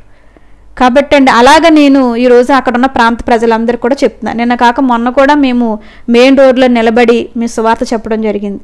చెప్తాం ప్రతి చోట ప్రతి స్థలానికి వెళ్ళి సువార్త చెప్పండి, డోర్ టు డోర్ పరిచర్య. అలాగని ఒక మందిరము లేదు, అలాగని ఒక సంఘం గట్ట ఏమీ లేదు, కానీ అనేక మందిని దేవుని వైపుకి నడిపించడమే నా ధ్యేయంగా పెట్టుకున్నాను. దేవుడు ఈ రకంగా నన్ను నా కుటుంబాన్ని కూడా బలపరుస్తూ నడిపిస్తూ ఉన్నాడు. ఒంటరిగా నేను సేవ చేస్తున్నాను. నాకు తల్లిదండ్రుల సపోర్ట్ కూడా లేదు. తల్లిదండ్రుల సపోర్ట్ గురించి కూడా మీకు చెప్పాలి. ఈ యొక్క భయంకరమైన సిచ్యువేషన్లో ఈ సెకండ్ మ్యారేజ్ జరిగిన తర్వాత కూడా ఈ అబ్బాయి వల్ల వచ్చిన టార్చర్ బట్టి ఆయన వెళ్ళిపోతున్నప్పుడు సేవకులు చెప్పారు, కొన్ని రోజులు మరి శ్రీవాణిని మీ ఇంటి దగ్గర ఉంచుకోండి, తర్వాత మళ్ళీ నరసాపురం వస్తే తను అన్నప్పుడు నా తల్లి, నా తండ్రి, మా తమ్ముడు, నా బంధువులందరూ ఒకట మాట అన్నారు. ఏంటంటే మరి ఆదివారం చర్చికి వెళ్తే పర్వాలేదు కానీ మిగతా రోజులు ఈ బైబిల్ పట్టుకుని రోడ్డు ఎక్కుతావు, నువ్వు ఆ దేవుడే నిజమైన దేవుడు నాలుగేళ్ళకి చెప్పడానికి ఉంటావు, మాకు సిగ్గు నువ్వు ఇక్కడికి వస్తేని, నువ్వు అలా రోడ్ల మీదకి ఎక్కితే మాకు సిగ్గు, కాబట్టి నువ్వు రావద్దు, నువ్వు అక్కడే ఉండమని అన్నారు. తల్లిదండ్రులు కూడా విడిచిపెట్టారు. అంటే రావద్దన్నారు అక్కడికి. నేను ఏసైనా ఒకసారి అడిగాను, తల్లి అయినా మరుస్తుందేమోగా, నేను మరవని అన్నావు కదా, తల్లి ఎందుకు మరుస్తుంది ఏసయ్య, తల్లి ఏం మరవదు, ఆ తల్లి ప్రేమ చాలా గొప్పదని చెప్పుకుంటాం కదా, తల్లి ఎందుకు మరుస్తుందని. అమ్మాయి మాట అనగానే అప్పుడు లేకుండా నాకు జ్ఞాపకం వచ్చింది. అంటే తల్లి కూడా మరిచే పరిస్థితులు ఉంటాయి, తండ్రి కూడా విడిచిపెట్టే పరిస్థితులు ఉంటాయి, భర్త కూడా మోసం చేసే పరిస్థితులు ఉంటాయి. వీళ్ళందరికీ చాలిన దేవుడే నజరేయుడైన యేసుక్రీస్తు వారు. మనుషులు గాయపరుస్తారు, ఆయన గాయాన్ని కడతారు. కాబట్టి ఇప్పుడు వింటున్న వారికి, సాక్ష్యం వింటున్న వారు కూడా చెప్తున్నాను, ఒకవేళ ఇలా గాయాలు పడి ఉన్నా మనం అసలు దేనికి భయపడక్కర్లేదు. ఎందుకంటే భర్త అనే వాళ్ళు మధ్యలో వచ్చిన వాళ్ళేనండి, పుట్టుతో మనతో పాటు రాలేదు కదా. అసలైన భర్త ఎవరంటే లేఖనం ప్రకారం నేను సృష్టించిన వాడిని నీకు భర్తనై ఉన్నాను అన్నాడు. అసలు భర్త ఆయన సృష్టించాడు ఆయన మనల్ని. కాబట్టి మనము ఈ భూమి మీద కొద్ది కాలమేనండి. కాబట్టి మనకి అయ్యో ఎవరో బాధ పెడుతున్నారు, ఎవరో చూడలేదని వెనకాల ఉన్న వాళ్ళ కోసం మన జీవితాన్ని ఎట్టి పరిస్థితుల్లో మనం ఆపుకోకూడదు. మన ప్రయాణాన్ని ఎంత శోధన వచ్చినా, ఎన్ని రకాల ఆటంకాలు వచ్చినా మనం చెప్పవలసింది, లోకానికి చెప్పవలసింది. ఏసై అక్కడికి వెళ్ళిన తర్వాత నువ్వేం సంపాదించావు, ఎన్ని బిల్డింగ్లు కట్టావు, బ్యాంక్ బ్యాలెన్స్ ఎంత ఉంది, గోల్డ్ ఎంత చేయించుకున్నావు అని అడుగుడు. నా నిమిత్తం నేను అప్పగించిన పని ఎంతవరకు నువ్వు నెరవేర్చావని అడుగుతావు. ఎన్ని ఆత్మలు నువ్వు రక్షించావని అడుగుతావు. ఏంటి హ్యాపీగా ఉంటే అందరూ సేవ చేసేస్తారు, అన్నీ ఉన్నాయనుకోండి అందరూ సేవ చేస్తారు. హ్యాపీగా ఉండి అన్నీ ఉండి సేవ చేయటం గొప్పతనం కాదు. అది నా యొక్క ఓన్ ఆలోచన. ఏమి లేకపోయినా, ఆదరించేవారు లేకపోయినా, సహాయం చేసేవాళ్ళు లేకపోయినా మనం యేసు వలే సేవ చేయాలి. నాకు మాదిరి ఆయనే. ఆయన వడ్రంగి పని చేసుకుంటూ సేవ చేశారు. పౌలు కూడా డేరాలు కుట్టుకుంటూ సేవ. ఈరోజు కూడా నేను ఒక పని చేసుకుంటూ సేవ చేస్తున్నాను, నా కుటుంబాన్ని పోషించుకుంటున్నాను, అనేక మందిని సువార్త బలపరుస్తున్నాను. నేను సంవత్సరానికి 2 మీటింగ్స్ పెట్టిస్తాను. నా దగ్గర ₹1 కూడా ఉండదు. నాకు సహాయం ఏంటంటే నా మోకాళ్ళే. ₹1 ఉండదు నా దగ్గర. నేను 40 రోజులు ఫాస్టింగ్, ప్రతి మీటింగ్ 40 రోజులు ఫాస్టింగ్ పెట్టుకుంటా. అలా మోకాళ్ళు వేస్తాను. ఎలా వస్తుందో నాకు తెలియదు. మీటింగ్ అంతా సక్రంగా జరుగుతుంది. ₹1 నేను వేసింది ఉండదు, ₹1 నాకు అప్పు కూడా ఉండదు. ప్రతి మీటింగ్ ఇప్పుడు చాలా మీటింగ్లు పెట్టాను, చాలా మీటింగ్లు పెట్టుకుంటూ వచ్చాను. ఆయన జన్మదినాన్ని ప్రకటిస్తాను, మరణదినాన్ని కూడా ప్రకటిస్తాను. అంటే క్రిస్మస్ని ప్రకటిస్తాను, ఈస్టర్ని కూడా ప్రకటిస్తాను. 200 మందికి నేను భోజనాలు పెడతాను. దేవుడే సహాయం. నీకు భయపడినండి. ఎందుకంటే చాలామంది ఏదంటారు కదా, కూటి కొరకు కోటి విద్యలని. చాలామంది కూటి కొరకు పట్టుకున్నారు బైబిల్. నేను కూటి కొరకు పట్టుకోలే బైబిల్. అనేక మంది రక్షణ మార్గులు నడిపించడానికి. ఇప్పుడు ఎవరో ఏదో చేస్తారని కూడా సేవలోకి నేను రాలేదండి. నాకు దేవుడు సహాయం చేశాడు. నశించిపోతున్న నన్ను వెదికి రక్షించి రక్షణలోకి నడిపించాడు. ఇది సత్యమైన మార్గం. ఈ మార్గాన్ని అందరికీ కూడా తెలియచేయాలి. నాకు ఒక దేవుని తెలియని వాళ్ళు నా కంటి ముందుకు ఎలా కనపడతారంటే, ఆ రోజు నేను కిరసనాలు పోసుకుని అంటించుకుంటూ ఎలా ఉండేదాన్ని నాకు అలా కనపడతారు వాళ్ళు. నాకు అలా కాలిపోతున్నట్టుగా నాకు కనపడతారు. నాకు చాలా బాధ అనిపిస్తుంది. వీళ్ళు ఎలాగైనా సరే నరకానికి వెళ్ళడానికి వీరు లేదు అని. ఇప్పుడు నేనున్న ఏరియాలో అదే ప్రార్థన చేస్తూ ఉన్నాను. అక్కడ మాకు ఓనుగా స్థలం కూడా ఏమీ లేదండి. అయితే అక్కడ కొంతమందిని ఒక చోట చేర్చాలి. ఒక ఇల్లు అనగానే కొంతమంది రావడానికి ఇష్టపడరు. అంటే వేరే వేరే కారణాల వల్ల ఉంటాయి. అద్దిల్లు వల్ల కూడా నేను కొంతమందిని సమకూర్చలేకపోతున్నాను. అది ఈ సంవత్సరం దేవుడు ద్వారం తెరిస్తే నమ్ముతూ ప్రార్థన చేస్తూ ఉన్నాను. మిమ్మల్ని కూడా ప్రార్థన సహాయం కోరుతున్నాను. నేను ప్రార్థన చేయండి. అలా చూస్తున్న వాళ్ళని కూడా నేను ప్రార్థన సహాయం కోరుతున్నాను. ప్రార్థన ఎందుకంటే ఆస్తి పరుల కంటే మన కోసం ప్రార్థించే కొంతమందిని సంపాదించుకుంటే మనకు చాలు. ఎందుకంటే ప్రార్థన మించింది ఏమీ లేదు. మనం ఆదికాండం ప్రకటన గ్రంథం దాకా చూసిన ప్రతి ఒక్కరూ ప్రార్థన ద్వారానే బలమైన కార్యాలు చేశారు. ఆ ప్రార్థన చేసేవాళ్ళు 10 మంది ఉన్నా మనకు ఆశీర్వాదం. యథార్థంగా ప్రార్థన చేసేవాళ్ళు 1-2 ఉన్నా కూడా మనకి ఆశీర్వాదం. అలాగే భక్త సింగ్ గారు మీకు తెలుసు, ఆయన చాలా మోకాళ్ళ ప్రార్థనా జీవితం. ఎంతోమంది భక్తులు ప్రార్థన ద్వారా కొన్ని సంఘాలు కట్టారు, ప్రార్థన ద్వారా చేశారు. నేను ఇప్పుడు వచ్చి ఎవరి దగ్గర చేయి చాచలేదు. ఎవరి దగ్గర చాసానంటే ఏసే దగ్గర మాత్రమే చాస్తాను. నా వ్యక్తిగత ప్రార్థనలో నా చేయి చాసేది నా దేవుడి దగ్గరే. ఎందుకంటే ఆయనే నింపుతాడు. మనుషులు ఏదో చేస్తారనుకో అంటారు, మేము చేస్తాము చెందుతాము. తీరా అదే సమయం చూసాను అటువంటి సిచ్యువేషన్లు. తీరా వచ్చేసరికి వాళ్ళు కూడా చేయలేని పరిస్థితి. దేవుడు నాకు సేవలో చేసే సహాయాలు చాలా అద్భుతకరంగా ఉంటాయన్నమాట అండి. అది చిన్న సాక్ష్యం చెప్పి నేను ఈ సాక్ష్యాన్ని నేను ముగించేస్తాను, దేవుడు నాకు ఎలా సహాయం చేస్తాడనేది. ఒకరోజు ఏం జరిగిందంటే 2016లో ఈస్టర్ మీటింగ్ నేను సిద్ధపడ్డా. 250 మందికి భోజనాలు పెట్టాలి, మెంటేవర్ తోట భీమవరంలో. నా దగ్గర డబ్బులు ఏమి లేవు. అయితే నేను ఏం చేస్తానంటే, నేను కొన్ని గృహాలు దర్శిస్తాను, కొంతమందికి ప్రార్థన చేసినప్పుడు వాళ్ళ కార్యాలు పొందుకుని కొన్ని కానుకలు నాకు ఇస్తూ ఉంటారు. అయితే అవి నేను ఓనుగా వాడుకోను, ఒక డబ్బాలో వేసి ఉంచుతాను. ఉంచి ఈ మీటింగ్స్ నిమిత్తం ఖర్చు పెడతా ఉంటాను అనమాట. అవి ఖర్చు పెడుతున్నప్పుడు ఆ మీటింగ్కి నా దగ్గర ఉన్న డబ్బులు సరిపోయేసరికి ఒకరోజు ఏం జరిగిందంటే, ఒక సహోదరి పలానా అక్కున్నారు, మీరు మళ్ళీ ఇచ్చేద్దరు కానీ ఆవిడని అడిగి మీకు హెల్ప్ చేయిస్తాను నేను, ఆవిడ ఇస్తారని చెప్పారు. సరే అని చెప్పేసి ప్రార్థన చేసుకున్నాను. ఆ సహోదరి ఇప్పిస్తాను అన్నారు. సోమవారం మీటింగ్ బ్రదర్, ఎందుకంటే ఆదివారం ప్రతి చర్చిలోని కూడా ఈస్టర్ మీటింగ్ ఉంటాయి కాబట్టి అది అయిన తర్వాత నేను సోమవారం పెట్టిస్తాను అనమాట. అంటే ఎవరికి ఇబ్బందికరంగా ఉండకూడదు, మనం చేసే పని కూడా ఇబ్బందికరంగా ఉండకూడదని సోమవారం నైట్ ఏర్పాటు చేసినప్పుడు ఆ రోజు ఆవిడ శనివారం ఫోన్ చేసి, నేను డబ్బులు సర్దలేకపోతున్నానమ్మా, మరి ఏమీ అనుకోక అన్నారు. నేను ఏం భయపడలే, ఎందుకంటే అది నా ఇంట్లో పని కాదు, అది దేవాది దేవుడైన యేసునాథుని పని కాబట్టి ఆయనే సహాయం చేస్తాడండి. ఒక గంట నేను ఆరాధనలో ఉన్న శక్తి కూడా ఈరోజు తెలపాలనుకుంటున్నాను. ఒక గంట మోకాల మీద ఉండి ప్రార్థన చేయలేదు, డబ్బులు సహాయం చేయమని నేను ఏం అడగలేదు. పాట వెనకాల పాట ఎత్తుకుని ఆరాధన కన్నీడితో ఒక గంట సేపు నేను చేశాను. అంటే ఒక కుర్చీ వేసుకుని ఆ కుర్చీలో వేసే ఉన్నాడు అనుకుని ఆ కుర్చీ పట్టుకుని మోకాల మీద ఒక గంట ఆరాధన చేశాను. గంట ఆరాధన చేసి చక్కగా రెడీ అయ్యి ఇప్పుడు పాలమూరులో స్త్రీల పరిచయం జరిగిస్తూ ఉన్నాను అనమాట. పాంప్లెట్లు తీసుకుని వెళ్ళి, అమ్మ సోమవారం మీటింగు, మనకి ఏర్పాట్లు ఏమీ లేవు, విశ్వాసంతో వెళ్ళిపోయాను అక్కడికి.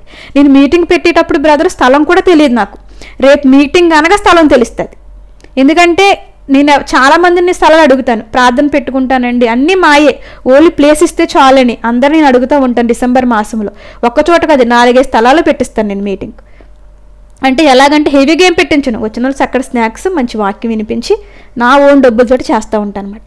అయితే అలాగ అడిగినప్పుడు కొంతమంది భయపడతారు ప్లేసు ఇవ్వడానికి. అది ఆ రోజు అనిపించింది, మరియా కూడా ప్రసవ వేదనకి అలా ఇంటింటికి వెళ్ళి అడుగుంటుంది, ఈరోజు కూడా దేవుడికి స్థలం లేకుండా పోయిందని అలా వేదన చెందిన పరిస్థితులు చాలా ఉన్నాయి.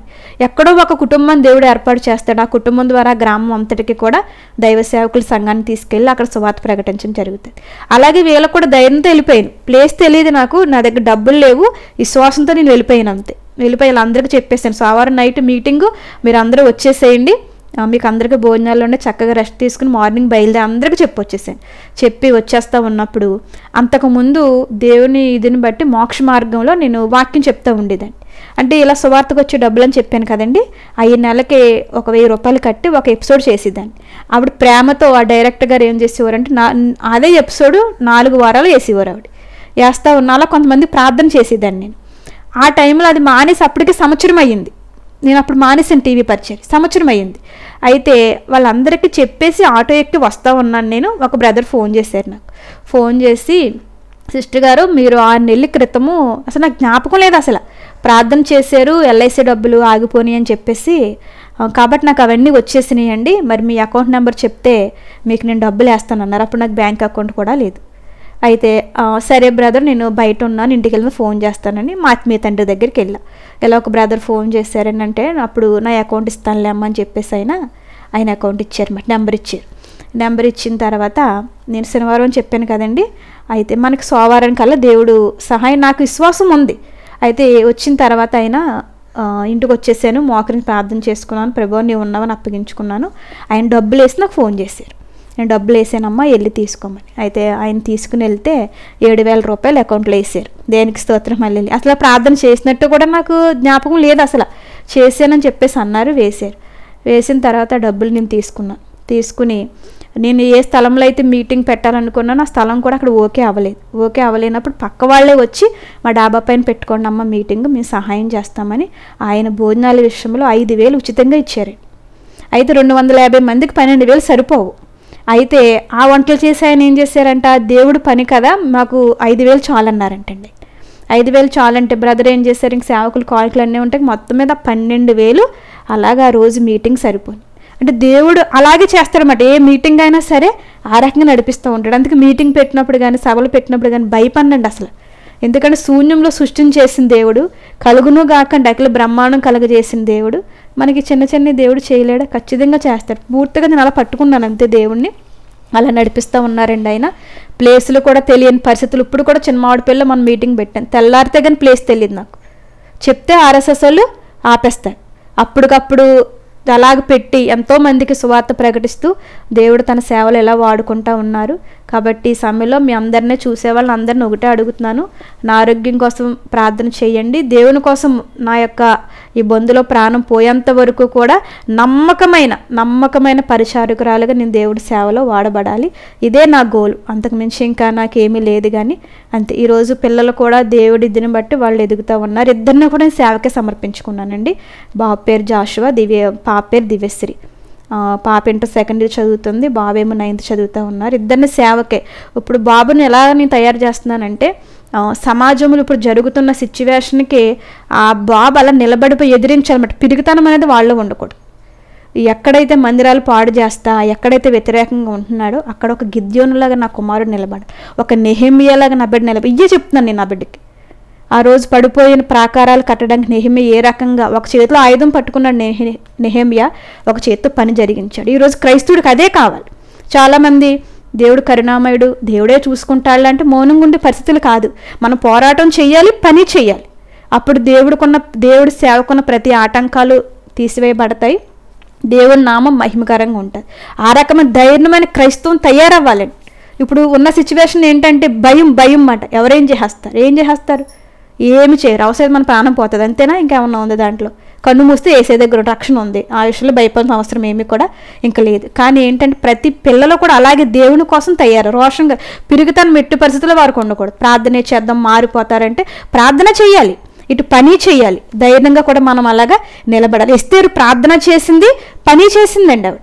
తన జనాంగాన్ని అంతా కూడా రక్షించుకుంది ఆవిడ. ప్రార్థన ద్వారా రక్షించుకుంది. ధైర్యంగా ఆ రాజు దగ్గరికి వెళ్ళిపోతే చనిపోతుంది. అసలు వెళ్ళడానికి అవకాశాలు లేవు రాజు ముందు. ఆ దండం ఎవరి వైపు చూస్తే వాళ్ళే కరింకరించబడతారు. రాజుకి ఎస్తేరని దయ పుట్టింది. అక్కడ మరి ఏ హామాను మద్దుకని ఉరి తీద్దాం అనుకున్నాడు, అదే ఉరి స్తంభం మీద హామాను వచ్చేలాగా చేసింది. ఏంటంటే ప్రార్థన, ధైర్యమే. ఈరోజు ప్రార్థన చేస్తున్నారు చాలామంది. ప్రార్థన చేస్తే ప్రార్థన చేయాలి, ప్రార్థనతో పాటు పని కూడా చేయాలి. అప్పుడే మనకి దేవుడు అనుకున్న గమ్యంలో మనం వెళ్ళగలుగుతాం. అనేక మంది రోషం కలిగి సైనికులుగా మనం చేయగలుగుతాం. ఈరోజు క్రైస్తవానికి రోషం కలిగిన వాళ్ళు కావాలి, ధైర్యంగా నిలదీసే వాళ్ళు కావాలి. పౌలు అంటాడు కదా, మరి గమనేళ్ళ పాదాల దగ్గర విద్య నేర్చుకున్నాడు. ఆయన రోమిడిని తెలియకే ఆయన్ని ఒక మాట వాడుతూ ఉంటాడు. నేను రోమిడిని తెలియకే నన్ను ఇంతలాగా మీరు హింసించారంటే ఒక ఆయన అంటాడు, నేను ఇది డబ్బులు ఇచ్చి కొనుక్కున్నానంటే అది పుట్టుకతో వచ్చింది అంటాడు. పౌల్లాగా నిలదీయాలండి. ఈరోజు నిలదీసే వాళ్ళు ఎక్కడ కనపట్టలేదు. భయము. భయపడితే కాదు. మనం ఏం తప్పు చేయట్లేదు కదా. తప్పు చేయలేనప్పుడు ఎందుకు మనం భయపడాలి? లేనిది ఉన్నట్టుగా ప్రచారం చేసుకున్న వాళ్ళకే భయం ఉండట్లేదు. ఇది ఉన్నది, చరిత్రలు రుజువు ఉంది, అన్ని రుజువులు ఉన్నాయి, పక్కాగా అంత వాస్తవం ఉంది. ఈ వాస్తవాన్ని ప్రకటించడానికి ఎందుకు భయపడాలి? ఈ వాస్తవాన్ని వెలుగులో తీసుకురావడానికి మనం ఎందుకు భయపడాలి? కాబట్టి భయపడక్కర్లేదండి. సేవ చేస్తున్న వాళ్ళందరూ కూడా ఇంకా మరింతగా దేవుని కోసము మొండితనంగా మారిపోవాలండి. దేవుని కోసము, దేవుని కార్యాల కోసము ప్రార్థన చేసుకుంటూ పని చేసుకుంటూ ముందుకు సాగిపోవాలని మరి సాక్ష్యాన్ని ముగిస్తున్నాను. అందరికీ నా ప్రత్యేకమైన వందనాలు. బ్రదర్ కూడా నా ప్రత్యేకమైన వందనాలు. ఒక మతానికి, ఒక కులానికి, ఒక దేశానికి సంబంధించిన వాడువు కాదు నాయన. నువ్వందరి దేవుడుగా అందరి కోసము కలవరి సిలువలో ప్రాణమును పెట్టి చనిపోయి నాయన దేవాని రక్తమునంతా కార్చి అయ్యా తండ్రి సమాధి చేయబడి 3వ దినమున మీరు తిరిగి లేచారు. ఇదిగో మళ్ళీ మీరు రాబోతున్నారు నాయన. దేవా నమ్మి బాప్తీసం పొందిన రక్షించబడతారు, నమ్మని వారికి శిక్ష అన్నావు తండ్రి నాయన. యేసుని నమ్ముకుంటే పరలోకము గ్యారంటీ నాయన. అయ్యా యేసుని నమ్మకపోతే దేవా నాయన నరకము గ్యారంటీ. కాబట్టి అది భూమి మీద ఉండగానే నిజ దేవుని తెలుసుకునే కృపను ఈ ప్రాంత ప్రజలకు మీరు అనుగ్రహించండి దేవా. ఓ తండ్రి, ప్రజల్లో పేరుకుపోయిన నిస్కారమైన ద్వేషమును తొలగించి సత్యదేవుడుగా వారి ప్రత్యక్షపరచుకోండి దేవా. నేనే సత్యమును జీవమును మార్గమునన్నారు, మీ ద్వారా తప్ప ఎవరు